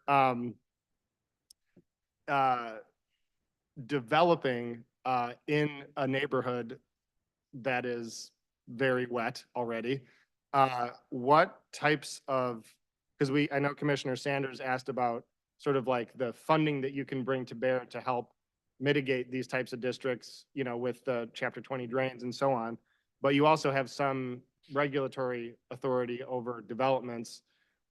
What sorts of rules and regulations do you have that you can put in place if it's like an individual home that's being built versus like a larger development that's taking up a big impervious surface, especially in an area that is very wet already, if any? we have no regulatory authority in those situations. All of Right. our regulatory authority for land development in the county is based on Janice Bobrin talking patiently for years in some situations with communities to have them add to their zoning ordinance, which every community in this county that does any development, and several, even Manchester Township, it's in their zoning ordinances. Anything that goes to planning commission needs a thumbs up from the Water Resources Office. The city of Ann Arbor does have a little bit of a trigger where if you add more than, I think, 250 square feet to your home, you have to provide stormwater management for that additional hard surface. So a lot of people put in what they call dry wells, essentially a very small hole in the ground with some stone at the bottom, or like French drains or rain Right. gardens to meet that requirement. But no, there's no regulatory authority for that. That would really be a building code type of issue. I don't even think that a county can usurp state building code. I can say you might want to object to whatever the House version is of Senate Bill 480, which proposes to allow land divisions of more than, currently a 10-acre parcel is limited to 4 land divisions in 10 years. And that's to thwart, I'm struggling to come up with a publicly acceptable term for crummy development. So some. Well, so part of the the- reason I The home asked- builders yeah. group has convinced Hertel that that should be 20 splits, and those typically are not regulated at all, like Yeah. any development. So it's like even worse than infill, like you talked about. Right. Well, the main reason I bring it up was to sort of tee up the state level conversation. And I Yeah. think that there is room, there should be more, regulatory authority or at least influence that your office has over these types of decisions. At the end of the day, I've always believed, and I continue to believe, that one of the best ways to mitigate some of these issues is also to not pave over the forest land and other natural areas that we do have already in our community that's already permeating the water. But I'll stop there. Thank you, Commissioner Scott. I just need a minute now to see how I look on the camera. Oh, you look, wow, Oh, that's God. awesome. It's horrible. Horrible. Great. Cameras are good. All right, thanks. I like purple. Thank you so much. I think that Commissioner Robbie was cheating and read my notes and asked my question. I don't believe him because one was what can our residents do to help? And I think that you guys covered a lot of that ground. And then he sort of teed me up for my final question, probably with the time we have, which was, not paving over areas where there can be groundwater sweep. So I don't know if you know the answer to this, but I'm wondering what the university has done, because that flooding by Fingerly over the past few years has been notorious. Davis, Hoover area, Brown Street. And now we're going to have a huge swath of land that was like, that rainwater could seep into, paved over at Elbow Field, and then building on the Fingerly lot. And do we know what kind of mitigation has happened in that area to help with flooding that's been pretty horrible in years past? Yes, so our pipes in that area, as well as some of the city pipes, can only handle the 2-year storm. That means there's a 50% chance in any year that will happen. Normally, so U of M is not subject, of course, to local regulation. Normally, they do everything in their power to adjust their development to not be in our easement. Apologies to people from U of M who don't appreciate me saying that. Just Tuesday, we had a conference call to finally resolve. We checked U of M's work by their hydraulic consultant, because one day I was driving to a basketball game last fall and I was like, it looks like they're finally building something on the Elbel site. I've got a file photo. There used to be a giant swimming hole on the Elbel site. There's this 3-story rickety tower. It's 1906. The guy's charging them a nickel pop. Everybody's got these tank top black Yes. things that are one piece, down to the knees, men, women. So it's a super wet area. It is a floodplain. Elbel Field is a floodplain. Fingerly is a floodplain and has a floodway in it. That means the water moving. So they did a lot of work. Essentially, they're providing half of the 100-year storm storage underneath the Elbel site. And much to my surprise, I can't believe that this worked out, but they're excavating the Fingerly site down quite a bit. Like I was saying about Hines Drive, the marching band probably doesn't need to practice when it's raining cats and dogs. I know they do practice when it's wet out, but they're going to dig that site down considerably, and that actually makes up for the rest of the storm. But as I said, all that does is keep them up to snuff for now. Unfortunately, and I don't know how many calls I've had from various people affiliated with the university in the last 3 months, but it's a pretty good number. Their government relations guy nabbed me at the Christmas party. It was very polite. We'll do whatever you say. They were very cooperative in this case.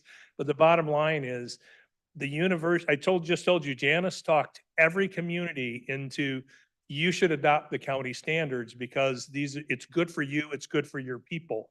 Canham has flooded. This is right across the street from Elbel. The Public Safety Records Building on Madison has flooded. And we're building a big building in a floodplain for $630 million that's I'm pretty sure that's not a 10-year building that's going to be a knockdown. I'm pretty sure that's going to be around when the graph gets high. So we did a study to say, based on the current information about floodplains today, you're not causing any more of a problem to anybody else. My office in the city really didn't have legal authority to tell them to do more. The university is the only entity in the whole county that hasn't adopted our rules. And half the people I talked to said, we've exceeded what our requirements are of Eagle. And I've been unsuccessful in helping them understand that Eagle is only requiring you to deal with water quality, which is what they call a 2.5-year storm. Is this fun to learn about all this stuff? And they never, university does not deal with water quantity per se. They have done some improvements in different places, but I can honestly represent in this public forum, if somebody wants to call me out from the university, they can. Every time we have something where we say, you need to do more, they say, well, we did this. And it's like, well, when you're adding hard surface by the softball field, to tell me that what you did on the baseball field it was for the baseball field. It's not for this. What you did at the art museum is great, but that's because Angel Hall floods. That's not because you were thinking 10 years down the road to fix Elbel. So I apologize for raising my voice. Well, The well, university is not on the bus with what everybody else is doing, and they have some of the lowest lying land in the worst floodplain in the city. That you've got 800 structures in the Allen Creek floodplain. And you look at the athletic campus, look at the Chrysler parking lot. Anyway. I think that's a helpful answer, but probably not reassuring to some of the residents who still live in that area. Yeah. And The city was hopefully- helpful in the regard of, you better not have that floodplain, because the floodplain goes all the way into the neighborhood to the east of there, like Yes. all the way to Sybil Street. Yep. And, we don't want those property owners to be in worse shape because of a development. We're going to hope. Yeah. Thank you. Thank you very much. But they did all the math to be in good shape for now. And I'm surprised, but we had some really good people check it. All right. Does anybody else on this side of the room have any questions or comments for our Water Resources Commissioner? No? All righty. Thank you so much. I'm Lots sorry of I took it interesting all up. information. I was talking about flooding in Ypsilanti City and Township at a Justice 40 event that I attended last week, and how we're just not prepared for more rain. So I appreciate some of the details that you shared that just elevated my concern. Yep. And if anybody has a group, that you think would benefit from having somebody from our office come out, I'll find somebody who uses less words to come and do the presentation, so it's shorter. Okay, Absolutely. Thank you thanks for so your time. much. All right. So I don't think we have any items for current or future discussion, so I'll entertain a motion to adjourn. So move. All right. All in favor?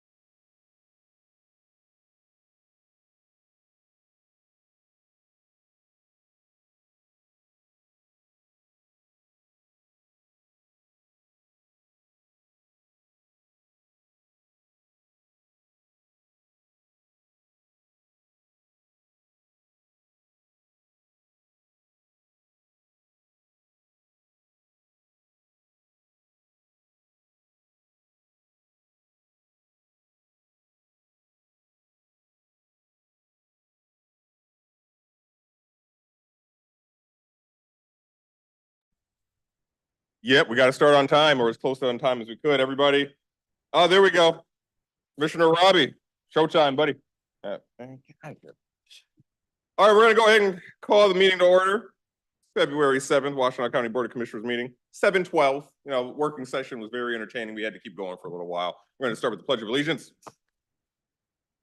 I pledge allegiance to the flag of the United States of America and to the republic for which it stands, one nation, under God, indivisible, with liberty and justice for all. All right. Bryce, roll call time. Commissioner Beaman, Present. Commissioner Hod, Present. Commissioner Labar. Here. Commissioner Light, Present. Commissioner Machieski, Yep. Commissioner Robbie. Yep. Commissioner Sanders, Present. Commissioner Scott, Here. Commissioner Somerville. Here. Chair. Thank you.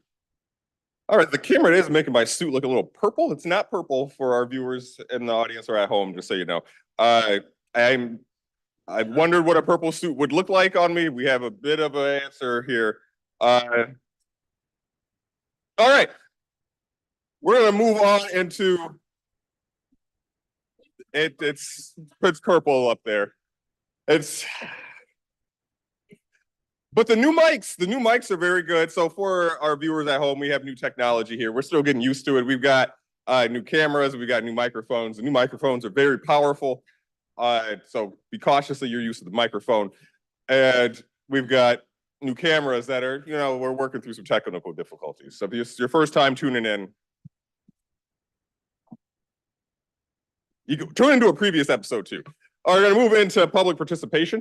So here at the Washtenaw County Board of Commissioners, you get 3 minutes for public comment. If you are joining us in the room, you will approach the podium. You will state your name and the city or township that you live in. I will call on you and you will get your 3 minutes to make comments on anything that you'd like. We have a great color-coded light system that starts there at green, goes down to yellow when you got 1 minute left, and then goes to red when you got to stop. I don't want to have to stop you, but it's per our board rules, you get 3 minutes. So if you get to red and you haven't stopped, I'm going to ask you to stop. If you're joining us online via Zoom, you will hit the raise hand icon. I will call on you.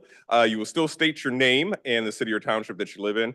You'll get your 3 minutes and we'll keep on going. If you're joining us via Zoom by phone, you will hit the *9 button to raise your hand. I will call on you. Same rules apply. You will state your first and last name and the city or township that you live in. And then you have to hit *6 to unmute. That's also critical. Would anybody like to give public comment? Come on down.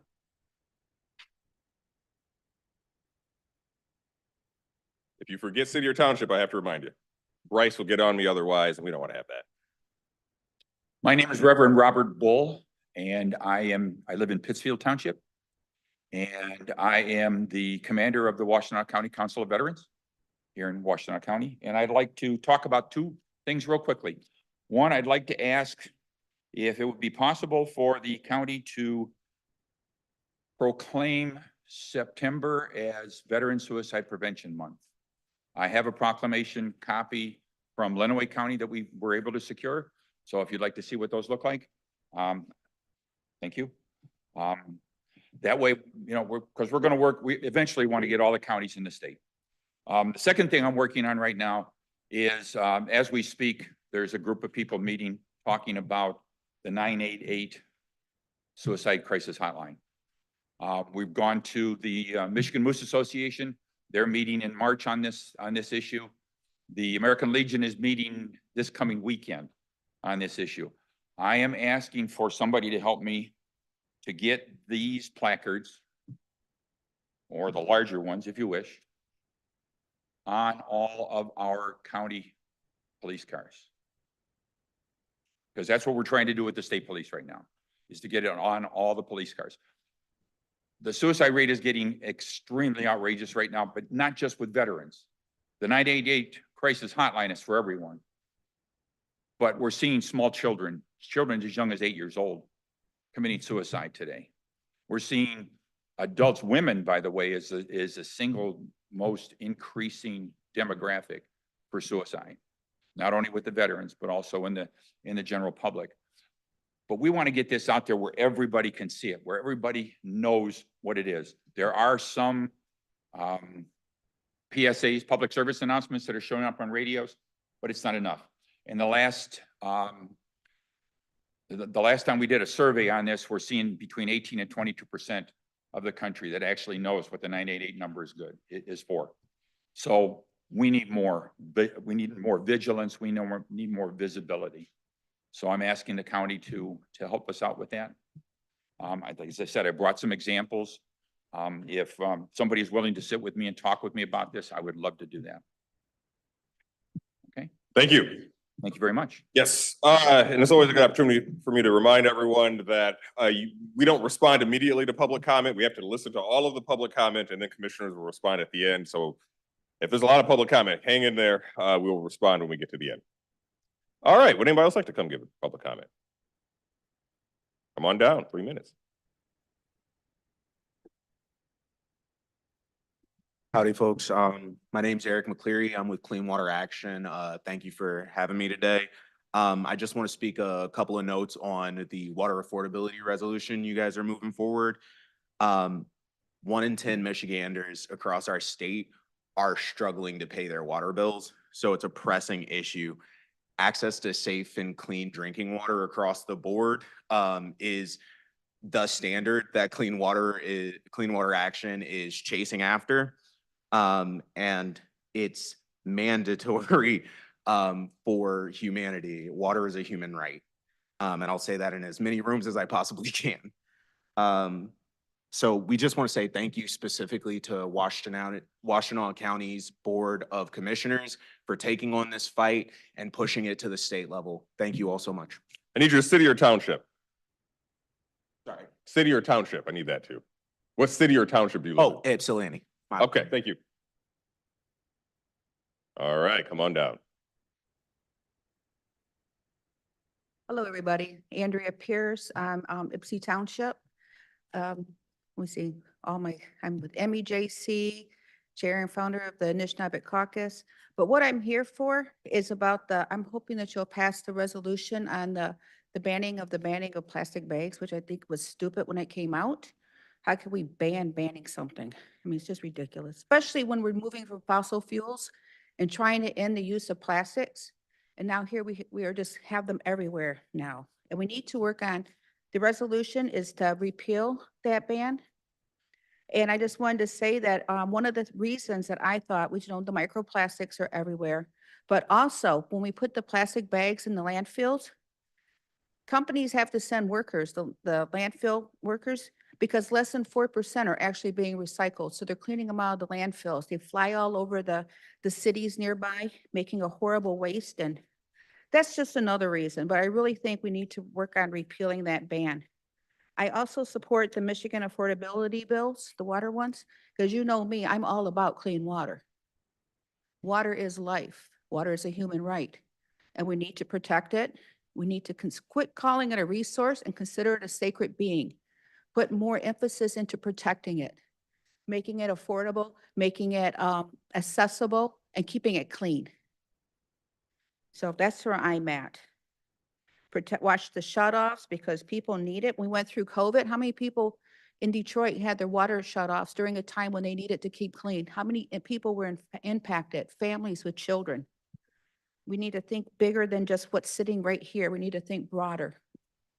So like I said, water is life. Thank you. Anybody else like to give public comment? All right.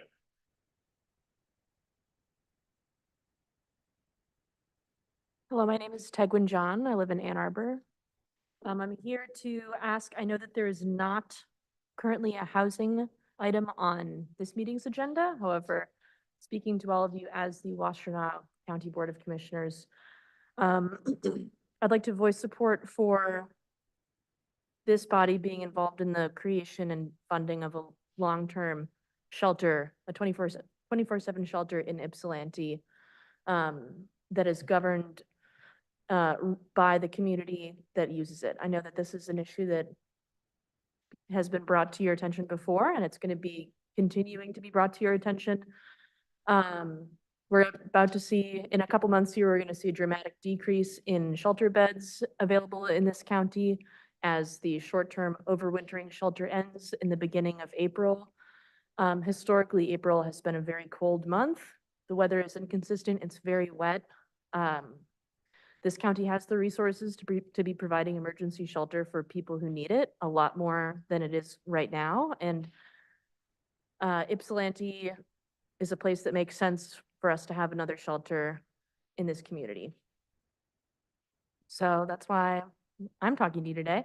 And I'd also like to say that I also hope that you vote to support the plastic bag ban, and water affordability. Thank you. Thank you. Anybody else in the room like to give public comment? Anybody in the hallway? Nope. All right, Ashley, who do we have online? Yes, Chair. First we have Katie Wendell. Katie Wendell, please state your name and city or township. Good evening. Can you hear me? Yes. Name and Perfect. city or township. Yes. Katie Wendell. I'm actually calling from Royal Oak in Oakland County, but my organization serves Washtenaw County. So I am here today to share an announcement with the Board of Commissioners that my organization, the Area Agency on Aging 1B, is now rebranded as of last month to AgeWays Nonprofit Senior Services. We're really excited about launching our new name in the community, so older adults and their caregivers are more able to connect with us, understand what we do, and remember our name. So just wanted to share that exciting change with you all, that you'll see our new logo and name out in the community as AgeWays. We will continue to provide the same programs and services for older adults, including the My Choice Medicaid Waiver Program, home delivered meals, and caregiver supports, but again, with that new name. So if you have any questions, please do reach out to us, but we're really excited about continuing our work and partnership with Washtenaw County. Thank you. Thank you. Do we have anybody else online? Oh, this is the least amount of public comment we've had in how long? What is that gesture, Commissioner Scott? Anyone else? Last call for public comment.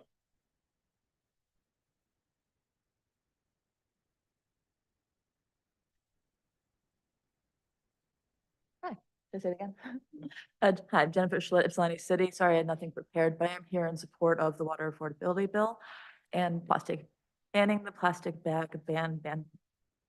It's never quite easy, is it? Yeah.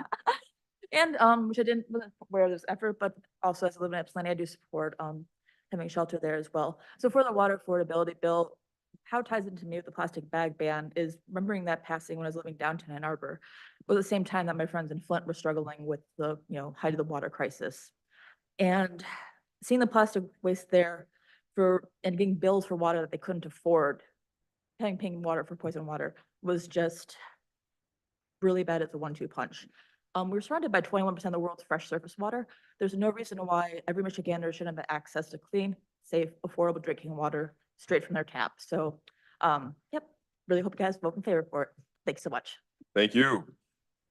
Looks like we have somebody else online. Correct, Chair. Next we have Grace Bartley. All right, please state your name and city or township. Hi, my name is Grace Bartley. I'm in Ypsilanti Township. I would like to voice my support for, as the person said earlier, for expanded shelter services in the county, as well as a workable and case management funded hoteling program. I work within the homeless services and homeless support system in the county and have clients very actively in need of the hoteling program, and we're still looking for where the funding is at the moment, but just continuing to work on reducing the rent prices or anything we can do to get more affordable housing within the county at this point, or anything we can do to help make that more of a possibility.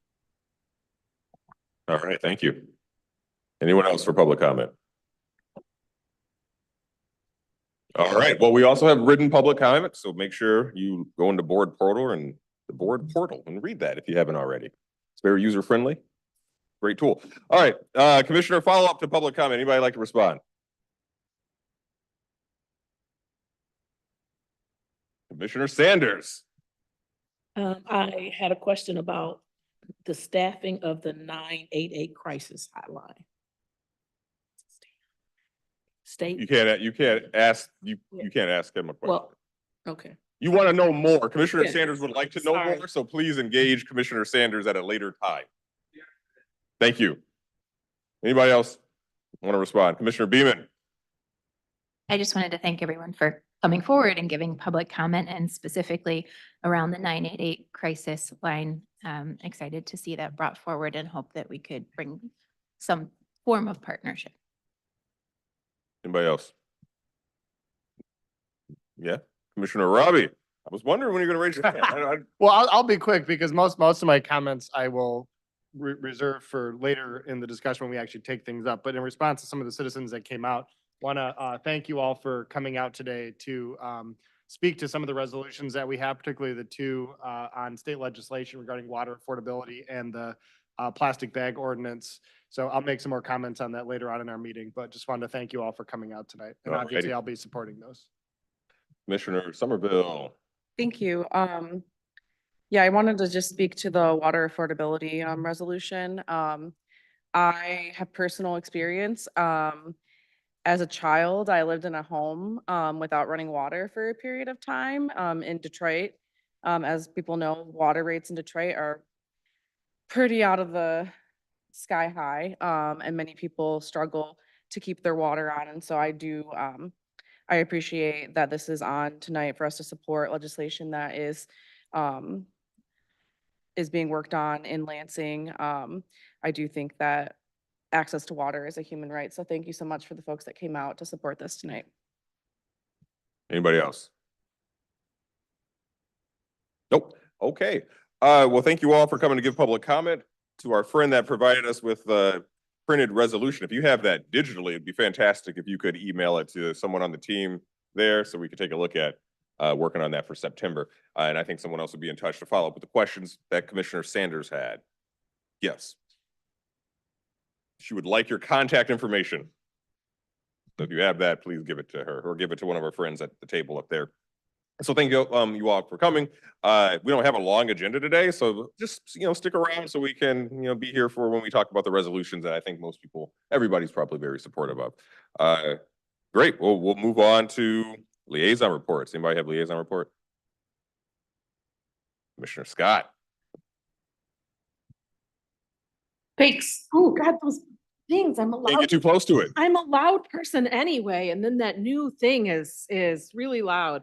I shocked myself. Let me tell you about the Board of Health meeting that we recently had. Commissioner Hodge and I were both there.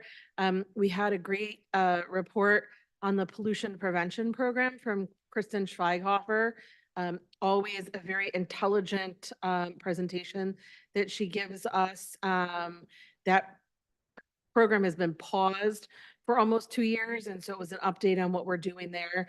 We had a legislative update at that meeting, including information about the Protect My Lives bills that are in the Senate right now. One co-sponsored by our former colleague, now Senator Sue Shink, Senate Bill 649 and 650, which would end the sale of flavored tobacco products, and also Senate Bill 647, which would allow local jurisdictions to enact tougher restrictions on tobacco sales. Related, interestingly, to the plastic bag issue, because it allows local governments and local jurisdictions to make rules which they feel like will be helpful to their particular communities. I also want to note we had some information about the budget at that meeting, and not at that meeting, but related to us soon afterwards, which I feel like is in my purview as the liaison. In case you did not know, the director of nursing at the health department, Jane Nickert, was appointed by the governor to the childhood-led exposure. There's another thing on there, Childhood-led Exposure Elimination Commission. I had it up too to. Oh, you were cheating looking at it. I was trying to remember. Well, That's not really cheating. That's just called using your resources. Good job. And so I'm very proud that our own Jane Nicker is serving on this committee. And that's what I have to tell you from a liaison report. Thank you. Thanks. Anybody else have liaison report? Commissioner Sanders. I attended the Road Commission's meeting this week, and I am excited that they have introduced a new training opportunity for their current employees to be trained to get their CDL and then be prepared to then move into positions that allow them to operate heavy equipment, which feeds into my request of them some time ago, or my concern about not having enough diversity in terms of various ethnicities, but also more women in positions to be able to qualify for these very well-paying jobs. So I'm excited that they're introducing this program. It is for their current employees. I think they're investing approximately $5,000 per person that will go through this training, which will cover the training and the tests that they have to take.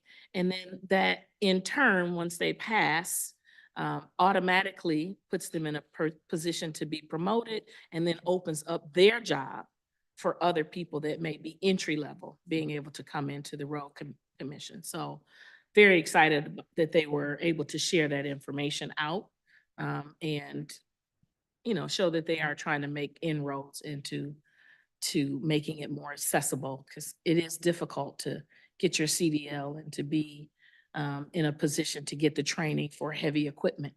So just wanted to give them a shout out for that. Always interesting updates from the Road Commission. All right, Commissioner Somerville. Thank you. I attended the first Commission on Aging meeting of 2024. They have elected new folks in their leadership. And we went through some goal setting as a commission on Friday.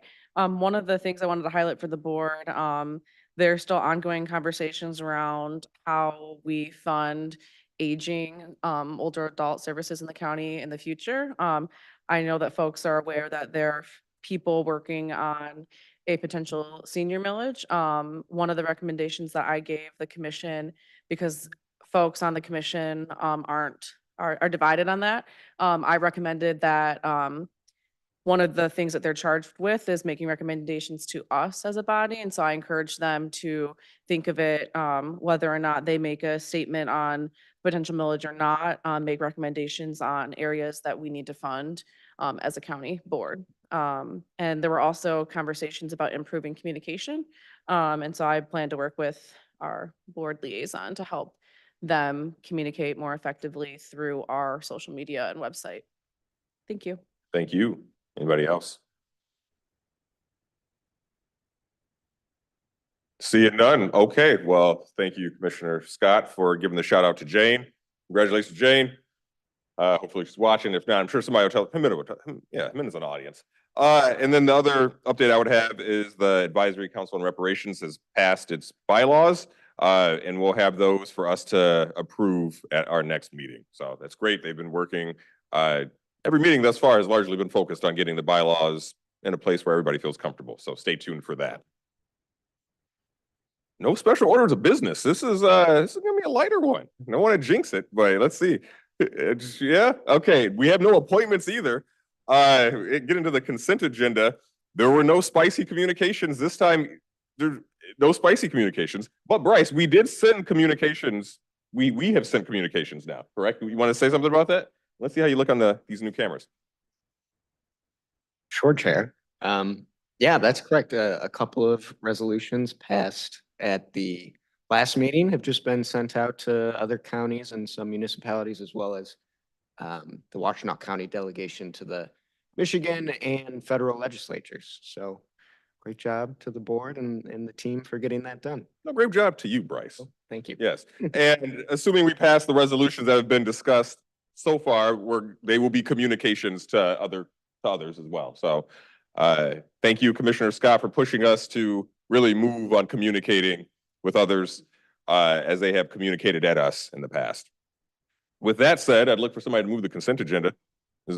Okay, any discussion?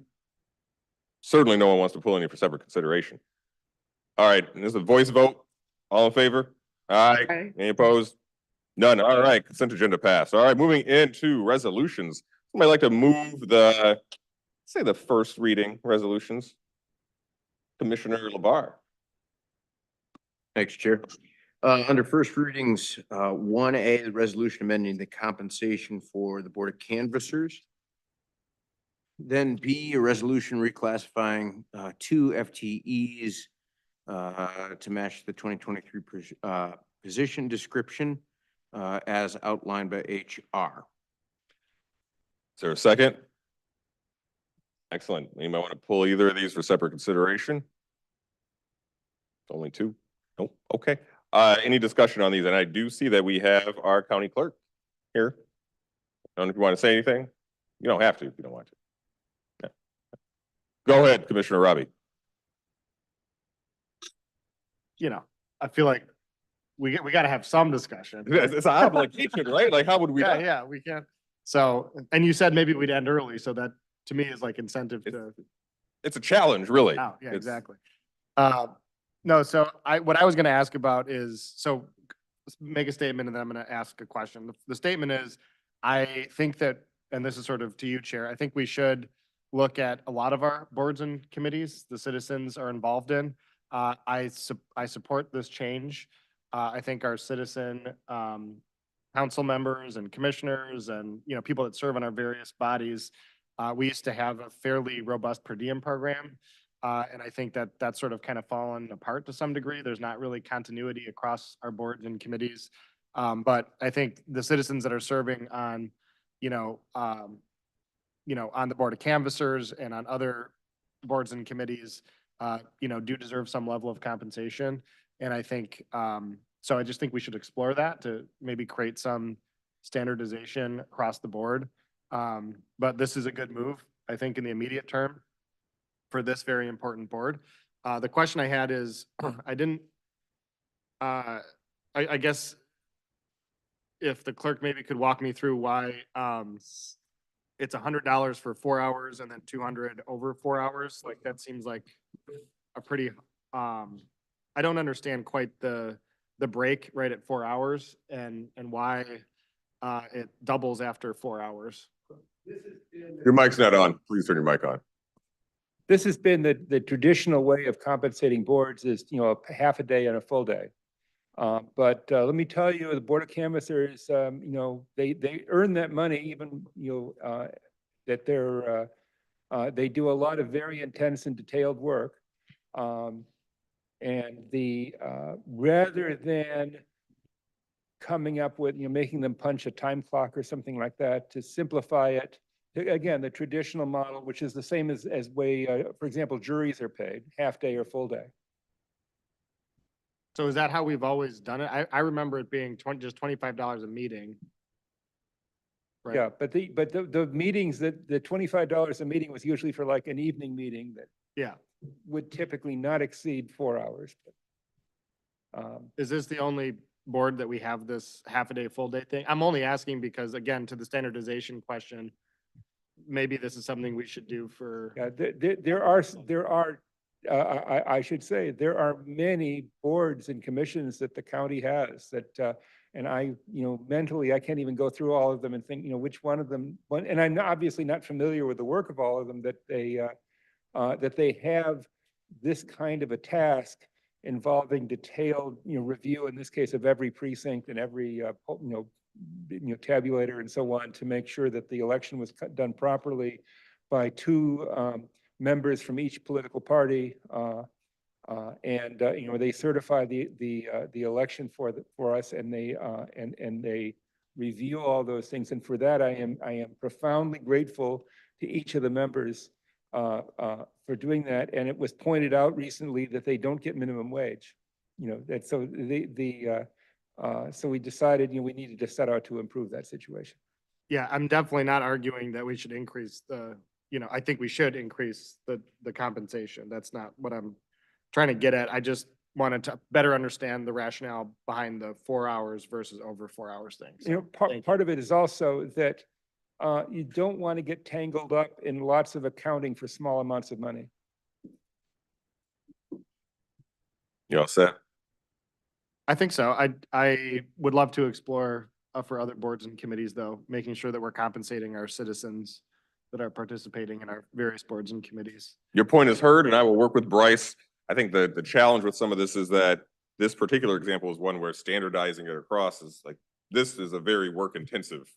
No, I understand that, and it's a very important board, and they do important work, but we have a lot of important boards that do important. All of them are very important, and many of them do receive a stipend, but I understand the point about I the think- ones that are yeah. comparable should receive a comparable stipend, and that's certainly something Bryce and I can look into. Or just reevaluating, because like the $25 per diem was in effect when I was on the board before, like 15 years ago, for some boards and committees, and then that went away for some.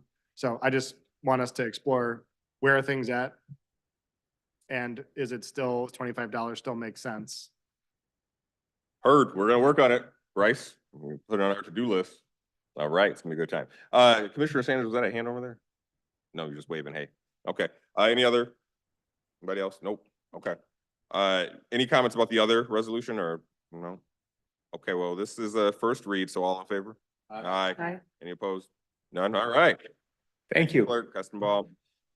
Look for somebody to move the final reading, single reading, and approval of claims. Commissioner LaBar. Thanks, Chair. Your final reading A, that's the ratification for the MDE grant. Under B, the authorization of the subrecipient agreement with the city of Ann Arbor. C, the resolution authorizing facilities to serve as host partner for the My Healthy Climate Corps members. D, the resolution authorizing approval of mid-year adjustments for public health. E, the resolution to approve the cybersecurity grant program. F, the resolution ratifying the application of Community Violence Intervention Initiative Grant. G, the resolution authorizing strategic traffic enforcement grant. H, a resolution approving the tentative TPOAM supervisors and probation agents collective bargaining agreement. Chair, you want me to move in then to C, or excuse me, 3 to single Yep. reading? Yes, please. A, which is a resolution declaring and celebrating February's Black History Month. B, a resolution recognizing and declaring support for 2024 Lunar New Year. C, a resolution supporting SB 228 to repeal the law preventing local ordinances to ban plastic bags. And then D, resolution supporting statewide water affordability legislation, and then approval of claims. Is there a second? All right, that was a lot of them. Anybody want to pull any for separate consideration? Nope. Okay, questions about any of them or comments? Commissioner LaBar, go ahead. Thank you, Chair. Mainly just to my colleague, Commissioner Robbie, I want to mark the passage of time and the position that Dan Smith, our former colleague, was in this room. Both you and Greg are engaging and smiling and other pleasant behavior. It's been quite a ride since plastic bags were back at this table. And so I'm enthused today, and visibly so, that we have it again before us. And so I look forward to supporting the legislation to unban the ban and to reopen this discussion at the county level. Thank you, Chair. You're very welcome. I think we are all excited to ban the ban or be supportive of banning the ban. We should ban the ban on all bans if we could, but go ahead, Commissioner Robbie. Well, I don't even want to start to unpack that statement, but I will just comment on the glee and enthusiasm that I just saw in my colleagues' eyes, which is not something that we usually see at this board table, but Commissioner LaBar's comments were very well taken, and his enthusiasm definitely came through. So, but I just wanted to quickly reflect too, because we have a number of constituents that came out today to advocate for these resolutions to support legislation that's in the works in Lansing. And on the plastic bag one in particular, I just wanted to remark on a quick bit of interesting history, which is that when we put this ordinance together, we became the first county in the state of Michigan to create a plastic bag ordinance. It was actually the first single-use container ordinance of any kind in the state of Michigan. And I do want to give a shout out. I don't know if she's watching, but Noelle, who's a county employee, Noelle Bowman, she still works for the county. She was working for Evan at the time, and drafted, basically her and I drafted the ordinance together, mostly her, credit where credit's due to staff, because she did the lion's share of the heavy lifting on that. She is still a county employee, so shouts out to her for all the work that she did then. Commissioner Ping, actually, a Republican that I served with, was very supportive and was kind of somebody that I partnered with very closely in getting that done. But I distinctly remember that one of the days, the day that we were voting on the ordinance, Channel 4 brought their van out because we were making news because we were the first county to do this. And I remember doing the interview outside, and as I was walking up to the camera, a plastic bag on cue, like tumbleweed in an old Western town, floated right across the street. And that, my friends, is exactly why we need an ordinance, because it is unsightly. It's bad for the environment. It does not, as Andrea was saying, it's in landfills. It's in our creeks, like we were talking about earlier, our waterways. And as Andrea was saying, one of the biggest arguments that we made at the time was this has an impact on waste disposal in our community and on recycling in our community. We had estimates come in from Recycle Ann Arbor as to the cost, not just the monetary cost of staff time, but the human cost, the injuries and the potential injuries that happen when plastic bags get caught in the machinery that is processing recyclables. And so we were able to make a financial and a human case that this was important. And we, just to be clear, we put in place very reasonable standards that, because one of the concerns was on finances. And so we said in our ordinance, we said, if you are on food assistance, if you have a Michigan Bridge card, you do not have to pay the 10-cent bag fee that we implemented in all of our grocery stores. And so this was very conscious, very well thought through. And of course, it can, be updated, by this board. I believe that if this repeal were to go into effect, that our ordinance would go back into effect because the legislature passed this specifically because we in Washtenaw County passed this ordinance back in 2015. They passed their state law specifically to preempt us from being able to do this in Washtenaw County. So this resolution, I want to thank the chair, Hodge. I want to thank, all of the folks that came out today and all the folks that weren't able to make it for pushing this resolution forward. Senator Schenck and the rest of the legislators that are involved in this. This is an issue that hits very close to home for me and for this county because we made history here at this board table, and hopefully they can make history in Lansing and ban the ban. And the ban on the bans. We're going to ban all the bans. So we've got a lot of progress to make, but this is an important step in the right direction, and I want to thank you for making sure that this was on our agenda today. Quickly, I do want to comment on the water affordability piece too, which is just to say this is so important, and what was said by our constituents tonight absolutely resonates. Water is life. We cannot afford to have people in our community that can't turn on the tap and have water come out. We need it to drink. We need it to stay clean. This is a public health crisis that we live in a state where people's water is shut off. It is unacceptable. And the $2 fee that is being contemplated here is a very small price to pay for making sure that our neighbors all have running water and basic human decency and dignity. So thank you. Thank you. I mean, we're ripping off of each other really well today because I want to thank Andrea Pierce too for reaching out about the resolution. She provided me, I think, a great start for us to move for the resolution that we have on our agenda. And then Ashley worked on it to make sure that we included Senator Schenck's bill. Hopefully Senator Schenck is watching. I reached out to her to let her know that we would be voting on this tonight. So great job to everyone. This was a great combination effort between community and our team. here in Washtenaw County and in Lansing. And then I also echo the comments about water is life. I drink probably about a gallon of water a day. I don't know what I would do if I couldn't do that.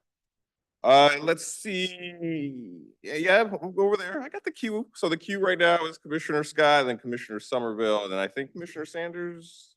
No, not yet. You keep looking over here. All right, Commissioner Scott, go ahead. Thank you, Chair. I'm also eager to ban the ban.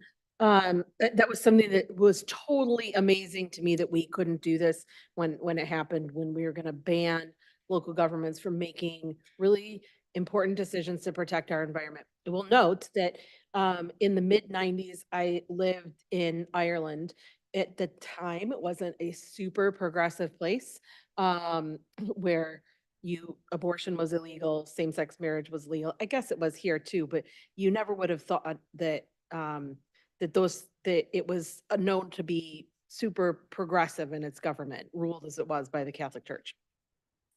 However, in 2002, Ireland created the plastic bag levy, and they introduced a 15-cent levy on plastic bags. 2002 is, 21 years before us thinking about doing it here in Washtenaw County. I will say that this is one of the most successful pieces of legislation that Ireland has had for social awareness and co-responsibility. It has created a revenue of 110 million euros from 2002 to 2007 for their environment fund. And so I am excited that we might be doing something like that here in this county. And I will also note that in my time spent in Ontario this past summer, you couldn't find a plastic bag to save your life and had to buy reusable bags. Couldn't even get a plastic bag. So the world is taking these things seriously, and I'm glad that at least Washtenaw County may join them if we can get this ban on the ban passed and bring that back to this table. Thanks so much. Thank you, Commissioner Somerville. Thank you. I just wanted to give a shout out to State Senator Jeff Irwin for his bill that's in the water affordability package. It deals with how folks who restore water in their residence, how the legal impacts of that, and reduces it to very minor repercussions for like the first offense and there are tiers. So just wanted to give a shout out. Thank you. Shout out to Senator Irwin. Hopefully he's watching. Yep. All right. We got some Irwin fans in the audience. All right. Commissioner Maciejewski. We can't stop there. I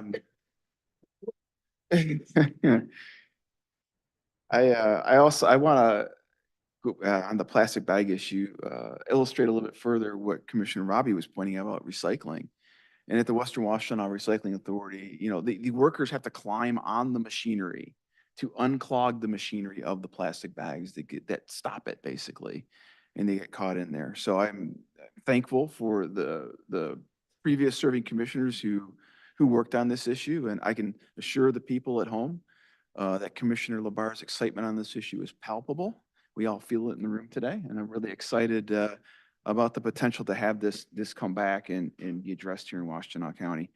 On the water affordability issue as well, thank you for those who worked to get this on the agenda tonight, a really important issue.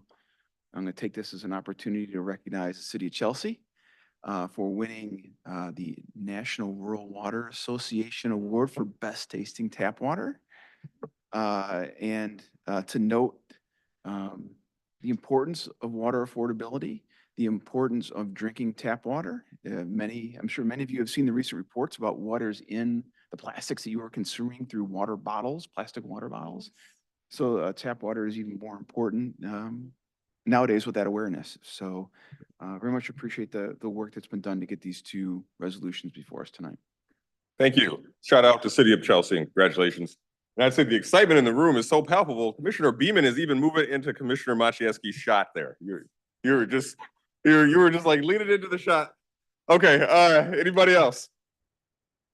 Commissioner Sanders. I think I shared previously that I actually had an opportunity to tour Recycle Ann Arbor and feel like I've been changed in my own household in terms of disposing of every kind of trash.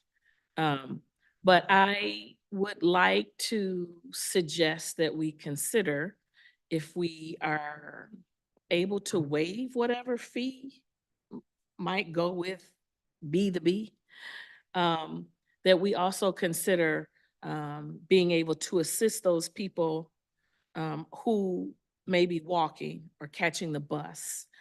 A paper bag just doesn't do it when it's raining outside. But if we were able to maybe purchase in volume for those people that can show us that they, are in need of a bag that is reusable and washable. I'm not trying to give IKEA a shout out, but they do have some wonderful bags that are super strong and washable. That I would like for us to consider that. I did the rough and dirty math. I don't think that it would break us at all, especially if we bought in volume, and that might take the sting out of it, because if you're walking, plastic bags aren't good for the environment, but I don't know how else you would get your groceries home, and you're getting on the bus, and it's a whole thing. So just want to put that out for us to consider as well. All right, and that would be a thing from IKEA you don't even have to put together. So it's a rare one of those. They could give us a volume discount. They could put that together for us. Commissioner Robbie and then Commissioner Scott. Yeah, just quickly in response to that, I absolutely. And since if this were to pass and go into effect and our ordinance were to come back in, I'm very much would love to revisit, because it is now, 2016 was, 7 years ago now. So we probably need to revisit it and make sure that it's up to date. And those are the kinds of things I would love to make sure that we add into it. And because it is the 10-cent fee on bags, it creates a revenue source that we can use to basically buy those kinds of things and maybe even, have them available at grocery stores. So. Great. Thank you for bringing that up. All right. Commissioner, well, really Beeman should go next, but I should let Beeman go before Robbie. Yeah, okay. Oh, sorry. Thank you, Chair. I just wanted to echo what Commissioner Robbie was saying. In the city of Chicago, they have a 7-cent bag tax that runs up to the tune of about $6 million a year. So when we're looking at resources, when we're looking at housing, when we're looking at things that we need to do, a small fee can add up very quickly and create funding that's needed for residents in our county. So thank you. I think the administrator would be happy that we think about other revenue sources. Yeah, you're smiling at me. All right, go ahead, Commissioner Scott. Thank you. I think, I talked about the amount of money, the 110 million euro that Ireland got between 2002 and 2007, just that short amount of time. Obviously, we're not going to make $110 million, but to Commissioner Sanders' point, also, most of the people I lived with in Ireland did not have a car that we drove around. We took public transport everywhere, and we all had trolleys to take our groceries with us on the bus. And I would love if we thought about taking some of that revenue and providing those little trolleys for people to get their groceries home that are taking a bus, or maybe even as an incentive for more people to take the bus, is something else we could do with that fund that would have a double whammy effect on environment. Thanks. Yep. So this next part is not planned, so hopefully nobody gets mad at me, but I know, well, while we're discussing this collection of resolutions, I'd like Akin and Cami to come up, because you have 2 on here that you've prepared, and I don't think you've prepared resolutions before, right? Yeah, so maybe you come up and just say something about it. He's in the back. Come on, you too. Come on. There are 2 resolutions they prepared. Just thought, Hi, Commissioners. Well, yeah, we did prepare 2 resolutions. We made one for the 2024 Lunar New Year and one recognizing the celebration of Black History Month. Yeah, we really enjoyed writing this together, and I think that we have a lot more for the Racial Equity Office that we want to write. So we're really happy to share that with everyone. All right. You want to say anything else? Akin, you want to say anything? No. Nope. Okay. All right. Fantastic. Thank you. Thank you. All right. Any other comments, friends, before we move on to vote here? That was unplanned. Thank you. I know I put you on the spot. Appreciate it. Appreciate it. Yep. Elise is shaking her head at me in disdain for that, but you know. All right, well, this is a roll call vote. So Bryce, let's do it. Commissioner Hodge. Yes. Commissioner LeBar. Yes. Commissioner Light. Yes. Commissioner Machieski. Yes. Commissioner Robbie. Commissioner Sanders. Yes. Commissioner Scott. Commissioner Somerville. Yes. And Commissioner Beaman.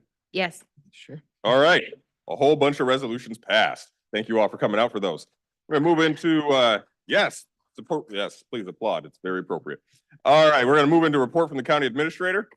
And as he goes, I let him know earlier, the goatee is looking particularly crisp today, and hopefully it shows up on the camera despite our challenges with the camera situation.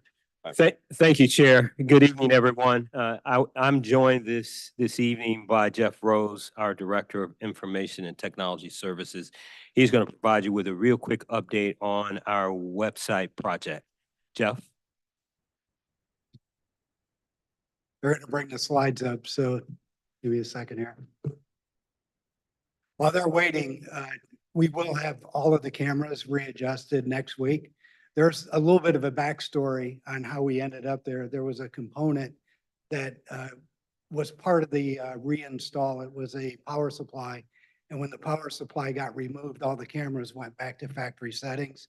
So we had a team, not the experts, we had an engineer in scrambling to get all the cameras ready for this meeting. So apologize for what you're seeing, but be assured by the next meeting, everything will be up to snuff. I appreciate that, and I apologize. I know it was a diva moment for me today with the challenges with the camera. And I don't have many of those, but I'll be honest, I enjoyed it. So okay, well, there you go. A little out of character, but let's see this website.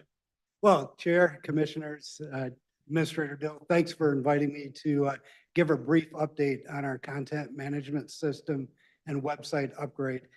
At the last Board of Commissioners meetings, there was a few questions and a few sidebar conversations. So I'd ask Commissioner Dill if we could just present where we're at with the project so everybody was on the same page. And he graciously gave me the opportunity to do so. So if you want to go to the next slide, just real quick, the agenda. We're going to cover a few things, but really the objective is to just give a preview of the upcoming project. I'll open it up for some question and answers at the end, but with a caveat that we're just getting started with the project.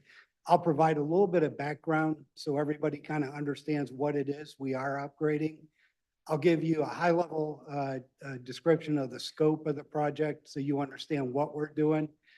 There'll be an invitation for this group here as well as county leadership and assigned staff to actually participate in this process. And then, like I say, open it up for some questions and answers. Next slide, please. So some background. The deployment of the current website from Civic Plus, which is called Civic Engage, began in 2016. The platform itself had been around for a little while, so it's aged. Civic Plus has recently upgraded their website, and the upgrade, it's not just a version upgrade, they've actually re-platformed. So the platform that we're actually going to be deploying is a current platform with a more current look and feel. The funding for this project was approved last year for execution of the project this year. So all the funding is in place. The county website has two core components. There was a little confusion because people heard content management system and the website. The content management system is the data repository that has all the multimedia files that are actually displayed on the website. So that's where all the videos, all the audio, all the images, all the text is stored in the content management system. The two work in conjunction with one another. And that's what provides the backbone. The content management system provides the backbone for the website. The other thing is there's really, truly a technical need for us to do the upgrade. As software gets old, it's harder to maintain. It gets more expensive to maintain. It increases cybersecurity vulnerabilities. But even more importantly, there's a functional need. We need a website that looks like something that should be deployed in 2024, and provides cleaner functionality, better searchability, and an overall better experience for the user. So what's in scope? We're going to do a full technical upgrade of the CMS, or the content management system, and the WipeSet platform. We're going to take advantage of this to actually refresh the content. There's a lot of stale content in our county website today. So a lot of this is going to be arms and legs that are actually cleaning up that content. There's going to be improved navigation and searchability by leveraging advanced capabilities that just aren't available in the current platform, that will be available in the new platform. The biggest complaint, the most critical feedback that we get over the website is, I can't find what I'm looking for. So that's one of the things that we're going to do. Another component of that is really looking at the way we structure the website. The way our website's structured today, it's more around organizations or departments, and it's less around services. We don't want to lose that department focus. That's important, but you have to look at it through the perspective of the consumer. Somebody in the county may be looking for a housing solution. They may not know OSED is where housing solutions are. So what we want to do is we want to make sure that we make it easy for the individuals that are consuming the website and interacting with the website, but we also want to keep the identity of the organizations as well. So it'll be kind of a hybrid of both. And what we're going to do is we're going to provide, I guess, education is what we can call it, on what we're seeing in the marketplace today and what we're seeing peer organizations do that are considered best in class. And that'll be part of the requirements gathering, and we'll go into the design and really play a significant role in the overall design of the website. When is this going to happen? We're started now. So right now we're engaging Civic Plus. And when I say we, Candy is doing all the heavy lifting. She's been heavily involved. They're in the process of putting together a schedule. The project's going to kick off in earnest in March of this year. And I kind of have a word there that said it's going to complete in December. It will launch in December, but there'll be tuning and there'll be work that'll probably push into early 2025 as well. An invitation to participate. The commissioners, county leaders, and assigned staff are going to be invited to participate in 3 core areas. One is requirements gathering. The other is, as we put the design together, going through design reviews and design approvals. And then there'll be multiple demos and multiple reviews of the finished product to make sure that before we launch anything and before we put it in production, everybody's happy with the end result. Ashley and Candy will work closely together. Those of you who participate or agree to participate or choose to participate in any of those 3 activities, we'll make sure that we're working with you, and we'll be setting up times that are convenient that work with your schedules. And we'll be very, very flexible to make sure that we accommodate your schedules and respect your time. And then I'll open it up for any questions. Sounds great. I look forward to participating. Good. All right, anybody?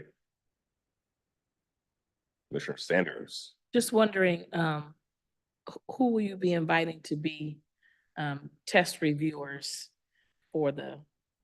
So you guys will have the opportunity, and I don't want to come in there and say, hey, we're going to assign people to this. We will invite the commissioners. We'll work with department leadership, and department leadership will assign people in their staffs to also participate.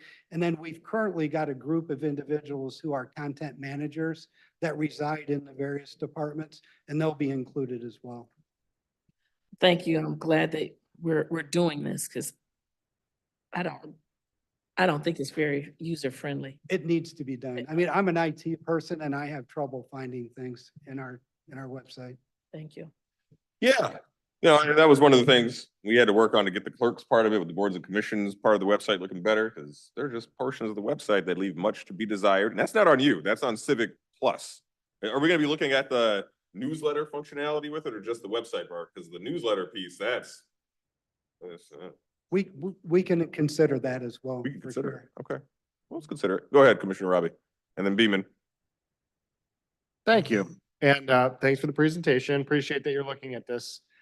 Very important. I know I've seen several websites during my time at the county. And, you know, while this current website, I think, was a great upgrade over what we had before, and at this point, you know, as time has gone on, I think it, you know, we do need to do some work on it. So thank you for jumping in. I think the two kind of like things that I would boil down in terms of feedback is the thing that I love about our website is the amount of information that's on it. And the thing I hate about our website is the amount of information that's on it. And I think so I want us to preserve the openness and the amount of like stuff that we have out there for people to consume, but just make it more digestible. Because like right now, if you go to the top tab and you're like, your government, it like pops up with like a bajillion different options. And I have no idea what to do with that. Yeah. Like, I love that there's all those options there, and I want us to preserve it, but maybe make it more digestible, like give people like 5 things that they can, you know, go through the clicking process to get to that finite data. But to go from like opening the website to like the first tab being this massive, and then, you know, live, visit, play is like, suddenly I can go to like, you know, archery. There's an archery link. You know, like it's like every single thing is right on that.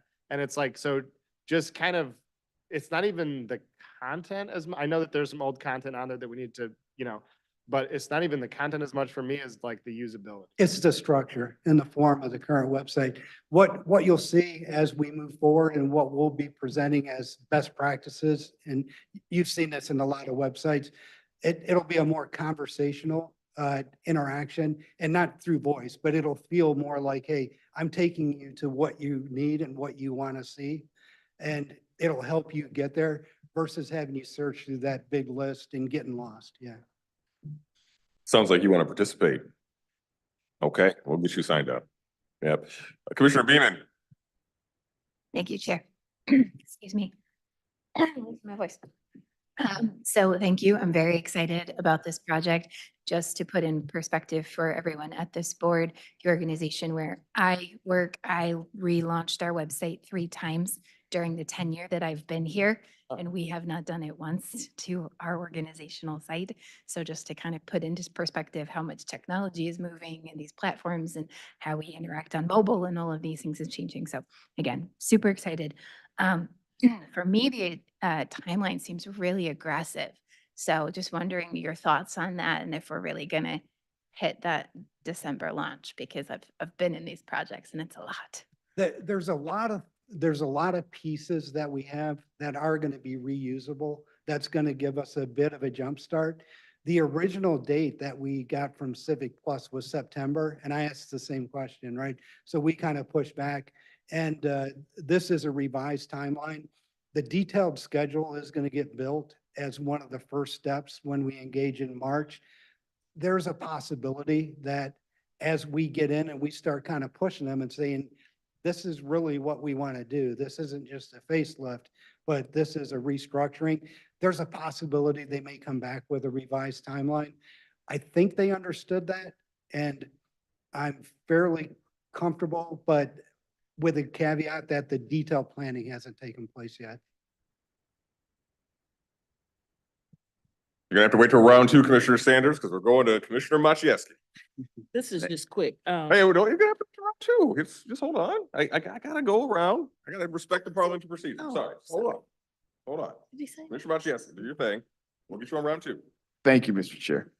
I concur with the timeline. I think it's rather aggressive. Good luck to you. I hope you can achieve it.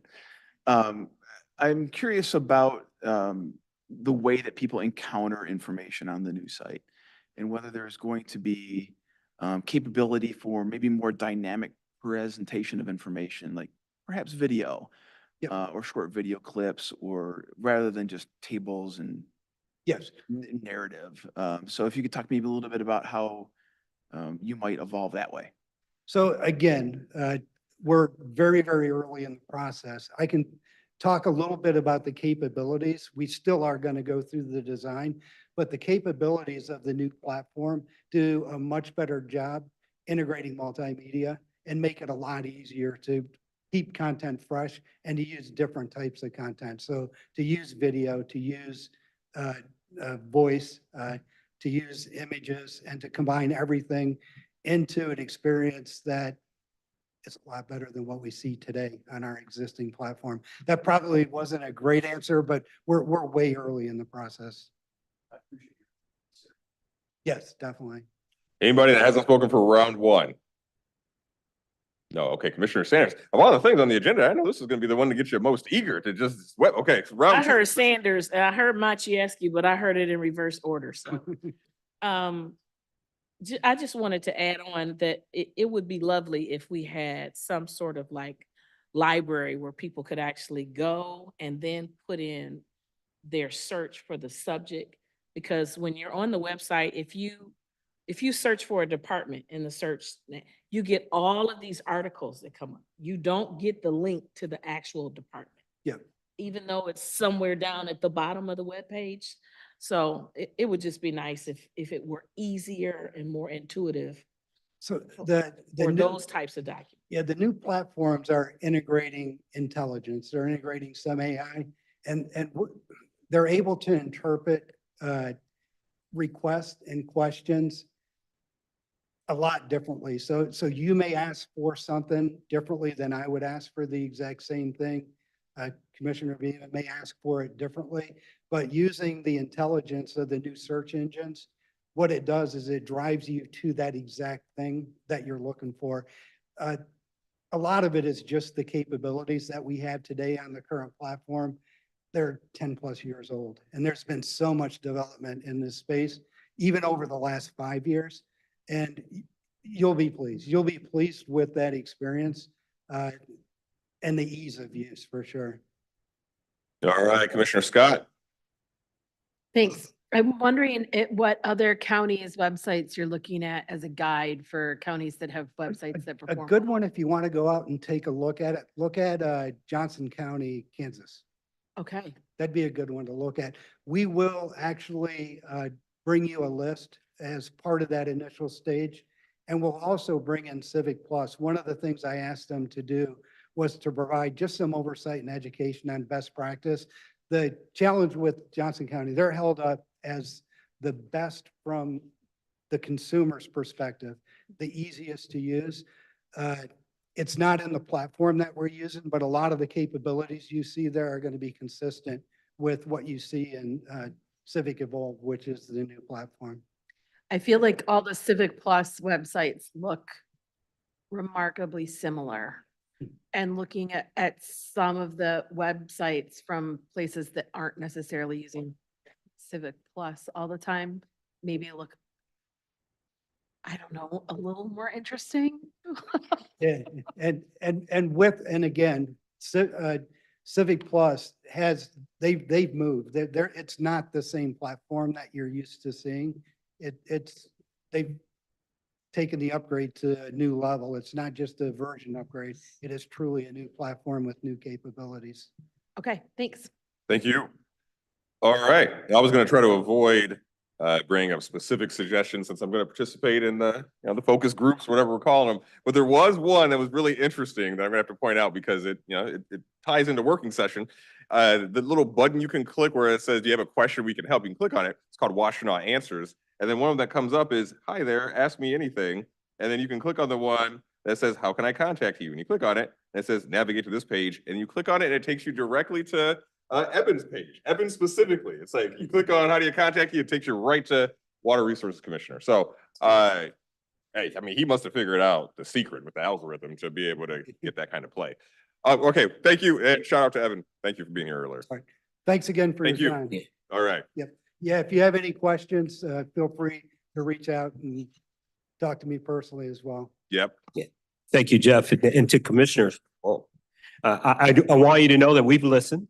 We have heard repeatedly from you all that you wanted to see an improved interface. I think we will be able to achieve that. And quite candidly, if we need to renegotiate dates and timelines, we're absolutely ready to do that. And I believe that we need to be back before you several times before we have a finished product. So you have my commitment to doing that. So thank you again. That concludes my report. You look pretty good on the new camera. You're not having the problems we were having earlier. That I was having. All right, great. Moves us into report from the chair of the Board of Commissioners. That's me. Just a couple of items to share this time.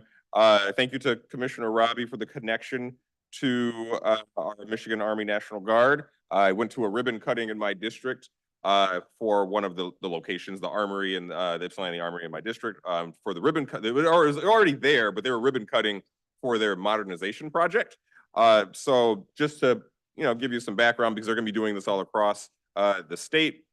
They got some grants to do some updates to the infrastructure, largely to renovate the areas for women soldiers, to make sure that there were appropriate bathrooms, latrines, and a lactation room, because all of that was lacking prior to the renovation. It's multi-million-dollar project, which was interesting.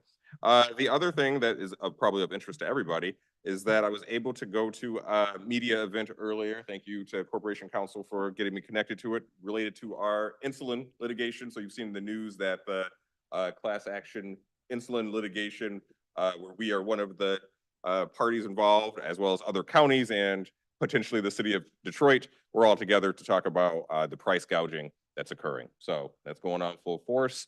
And we have the Bernstein advantage, not to turn it into a commercial. All right, that concludes my report. I have an more interesting report next time, I think. And we're moving to items for current or future discussion. Anybody got anything? You do? Oh, Commissioner Robbie, go ahead. Just a brief comment, and I'm not trying to bring up a whole discussion or anything like that, but I just wanted to say before the end of the meeting, there was a Wall Street Journal article that came out about our neighbors over in Dearborn. And I, wanted to just take a couple minutes to say how disappointing it is to see a national publication like the Wall Street Journal print something so hateful and terrible and racist and bigoted and anti-Arab and Islamophobic and all the different things.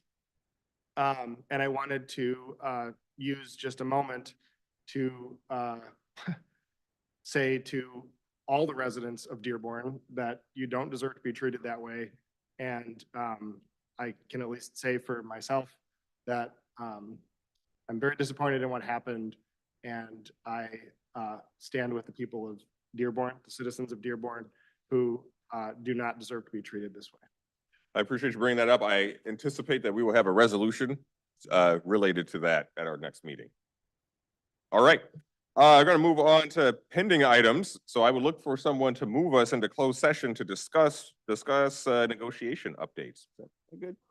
Yeah. Okay. That's a roll call, isn't it, Bryce? It's a roll call. You ready to go to closed session? So far, I'll say that after. Go ahead. Commissioner LeBar, Yes. Commissioner Light, Yes. Commissioner Machieski, Yes.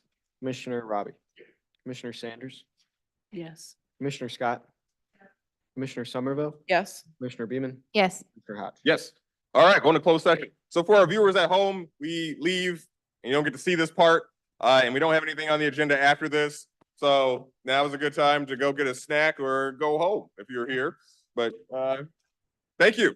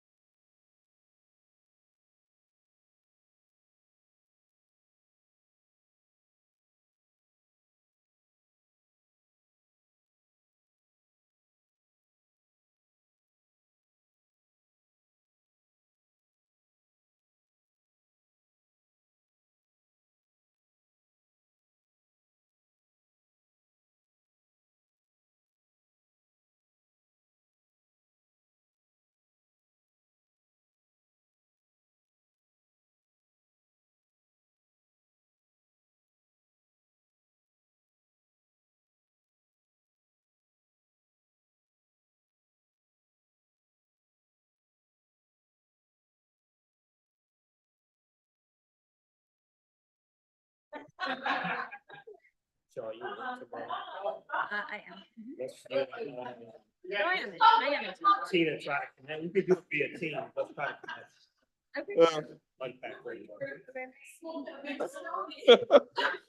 Now, well, the camera's gone. I'm trying, my camera's gone. I don't know if the audio is working. I'm ready. No, we don't have anything, but we're having technical difficulties. It's the smell of that beef jerky. So the mic is sufficient? All right, so for our viewers at home, the camera is off, unfortunately, but we're back and calls back to order. It's 10:10. You want to move to adjourn? We got Move to adjourn. all right, all in favor. Drive safe. All right. No.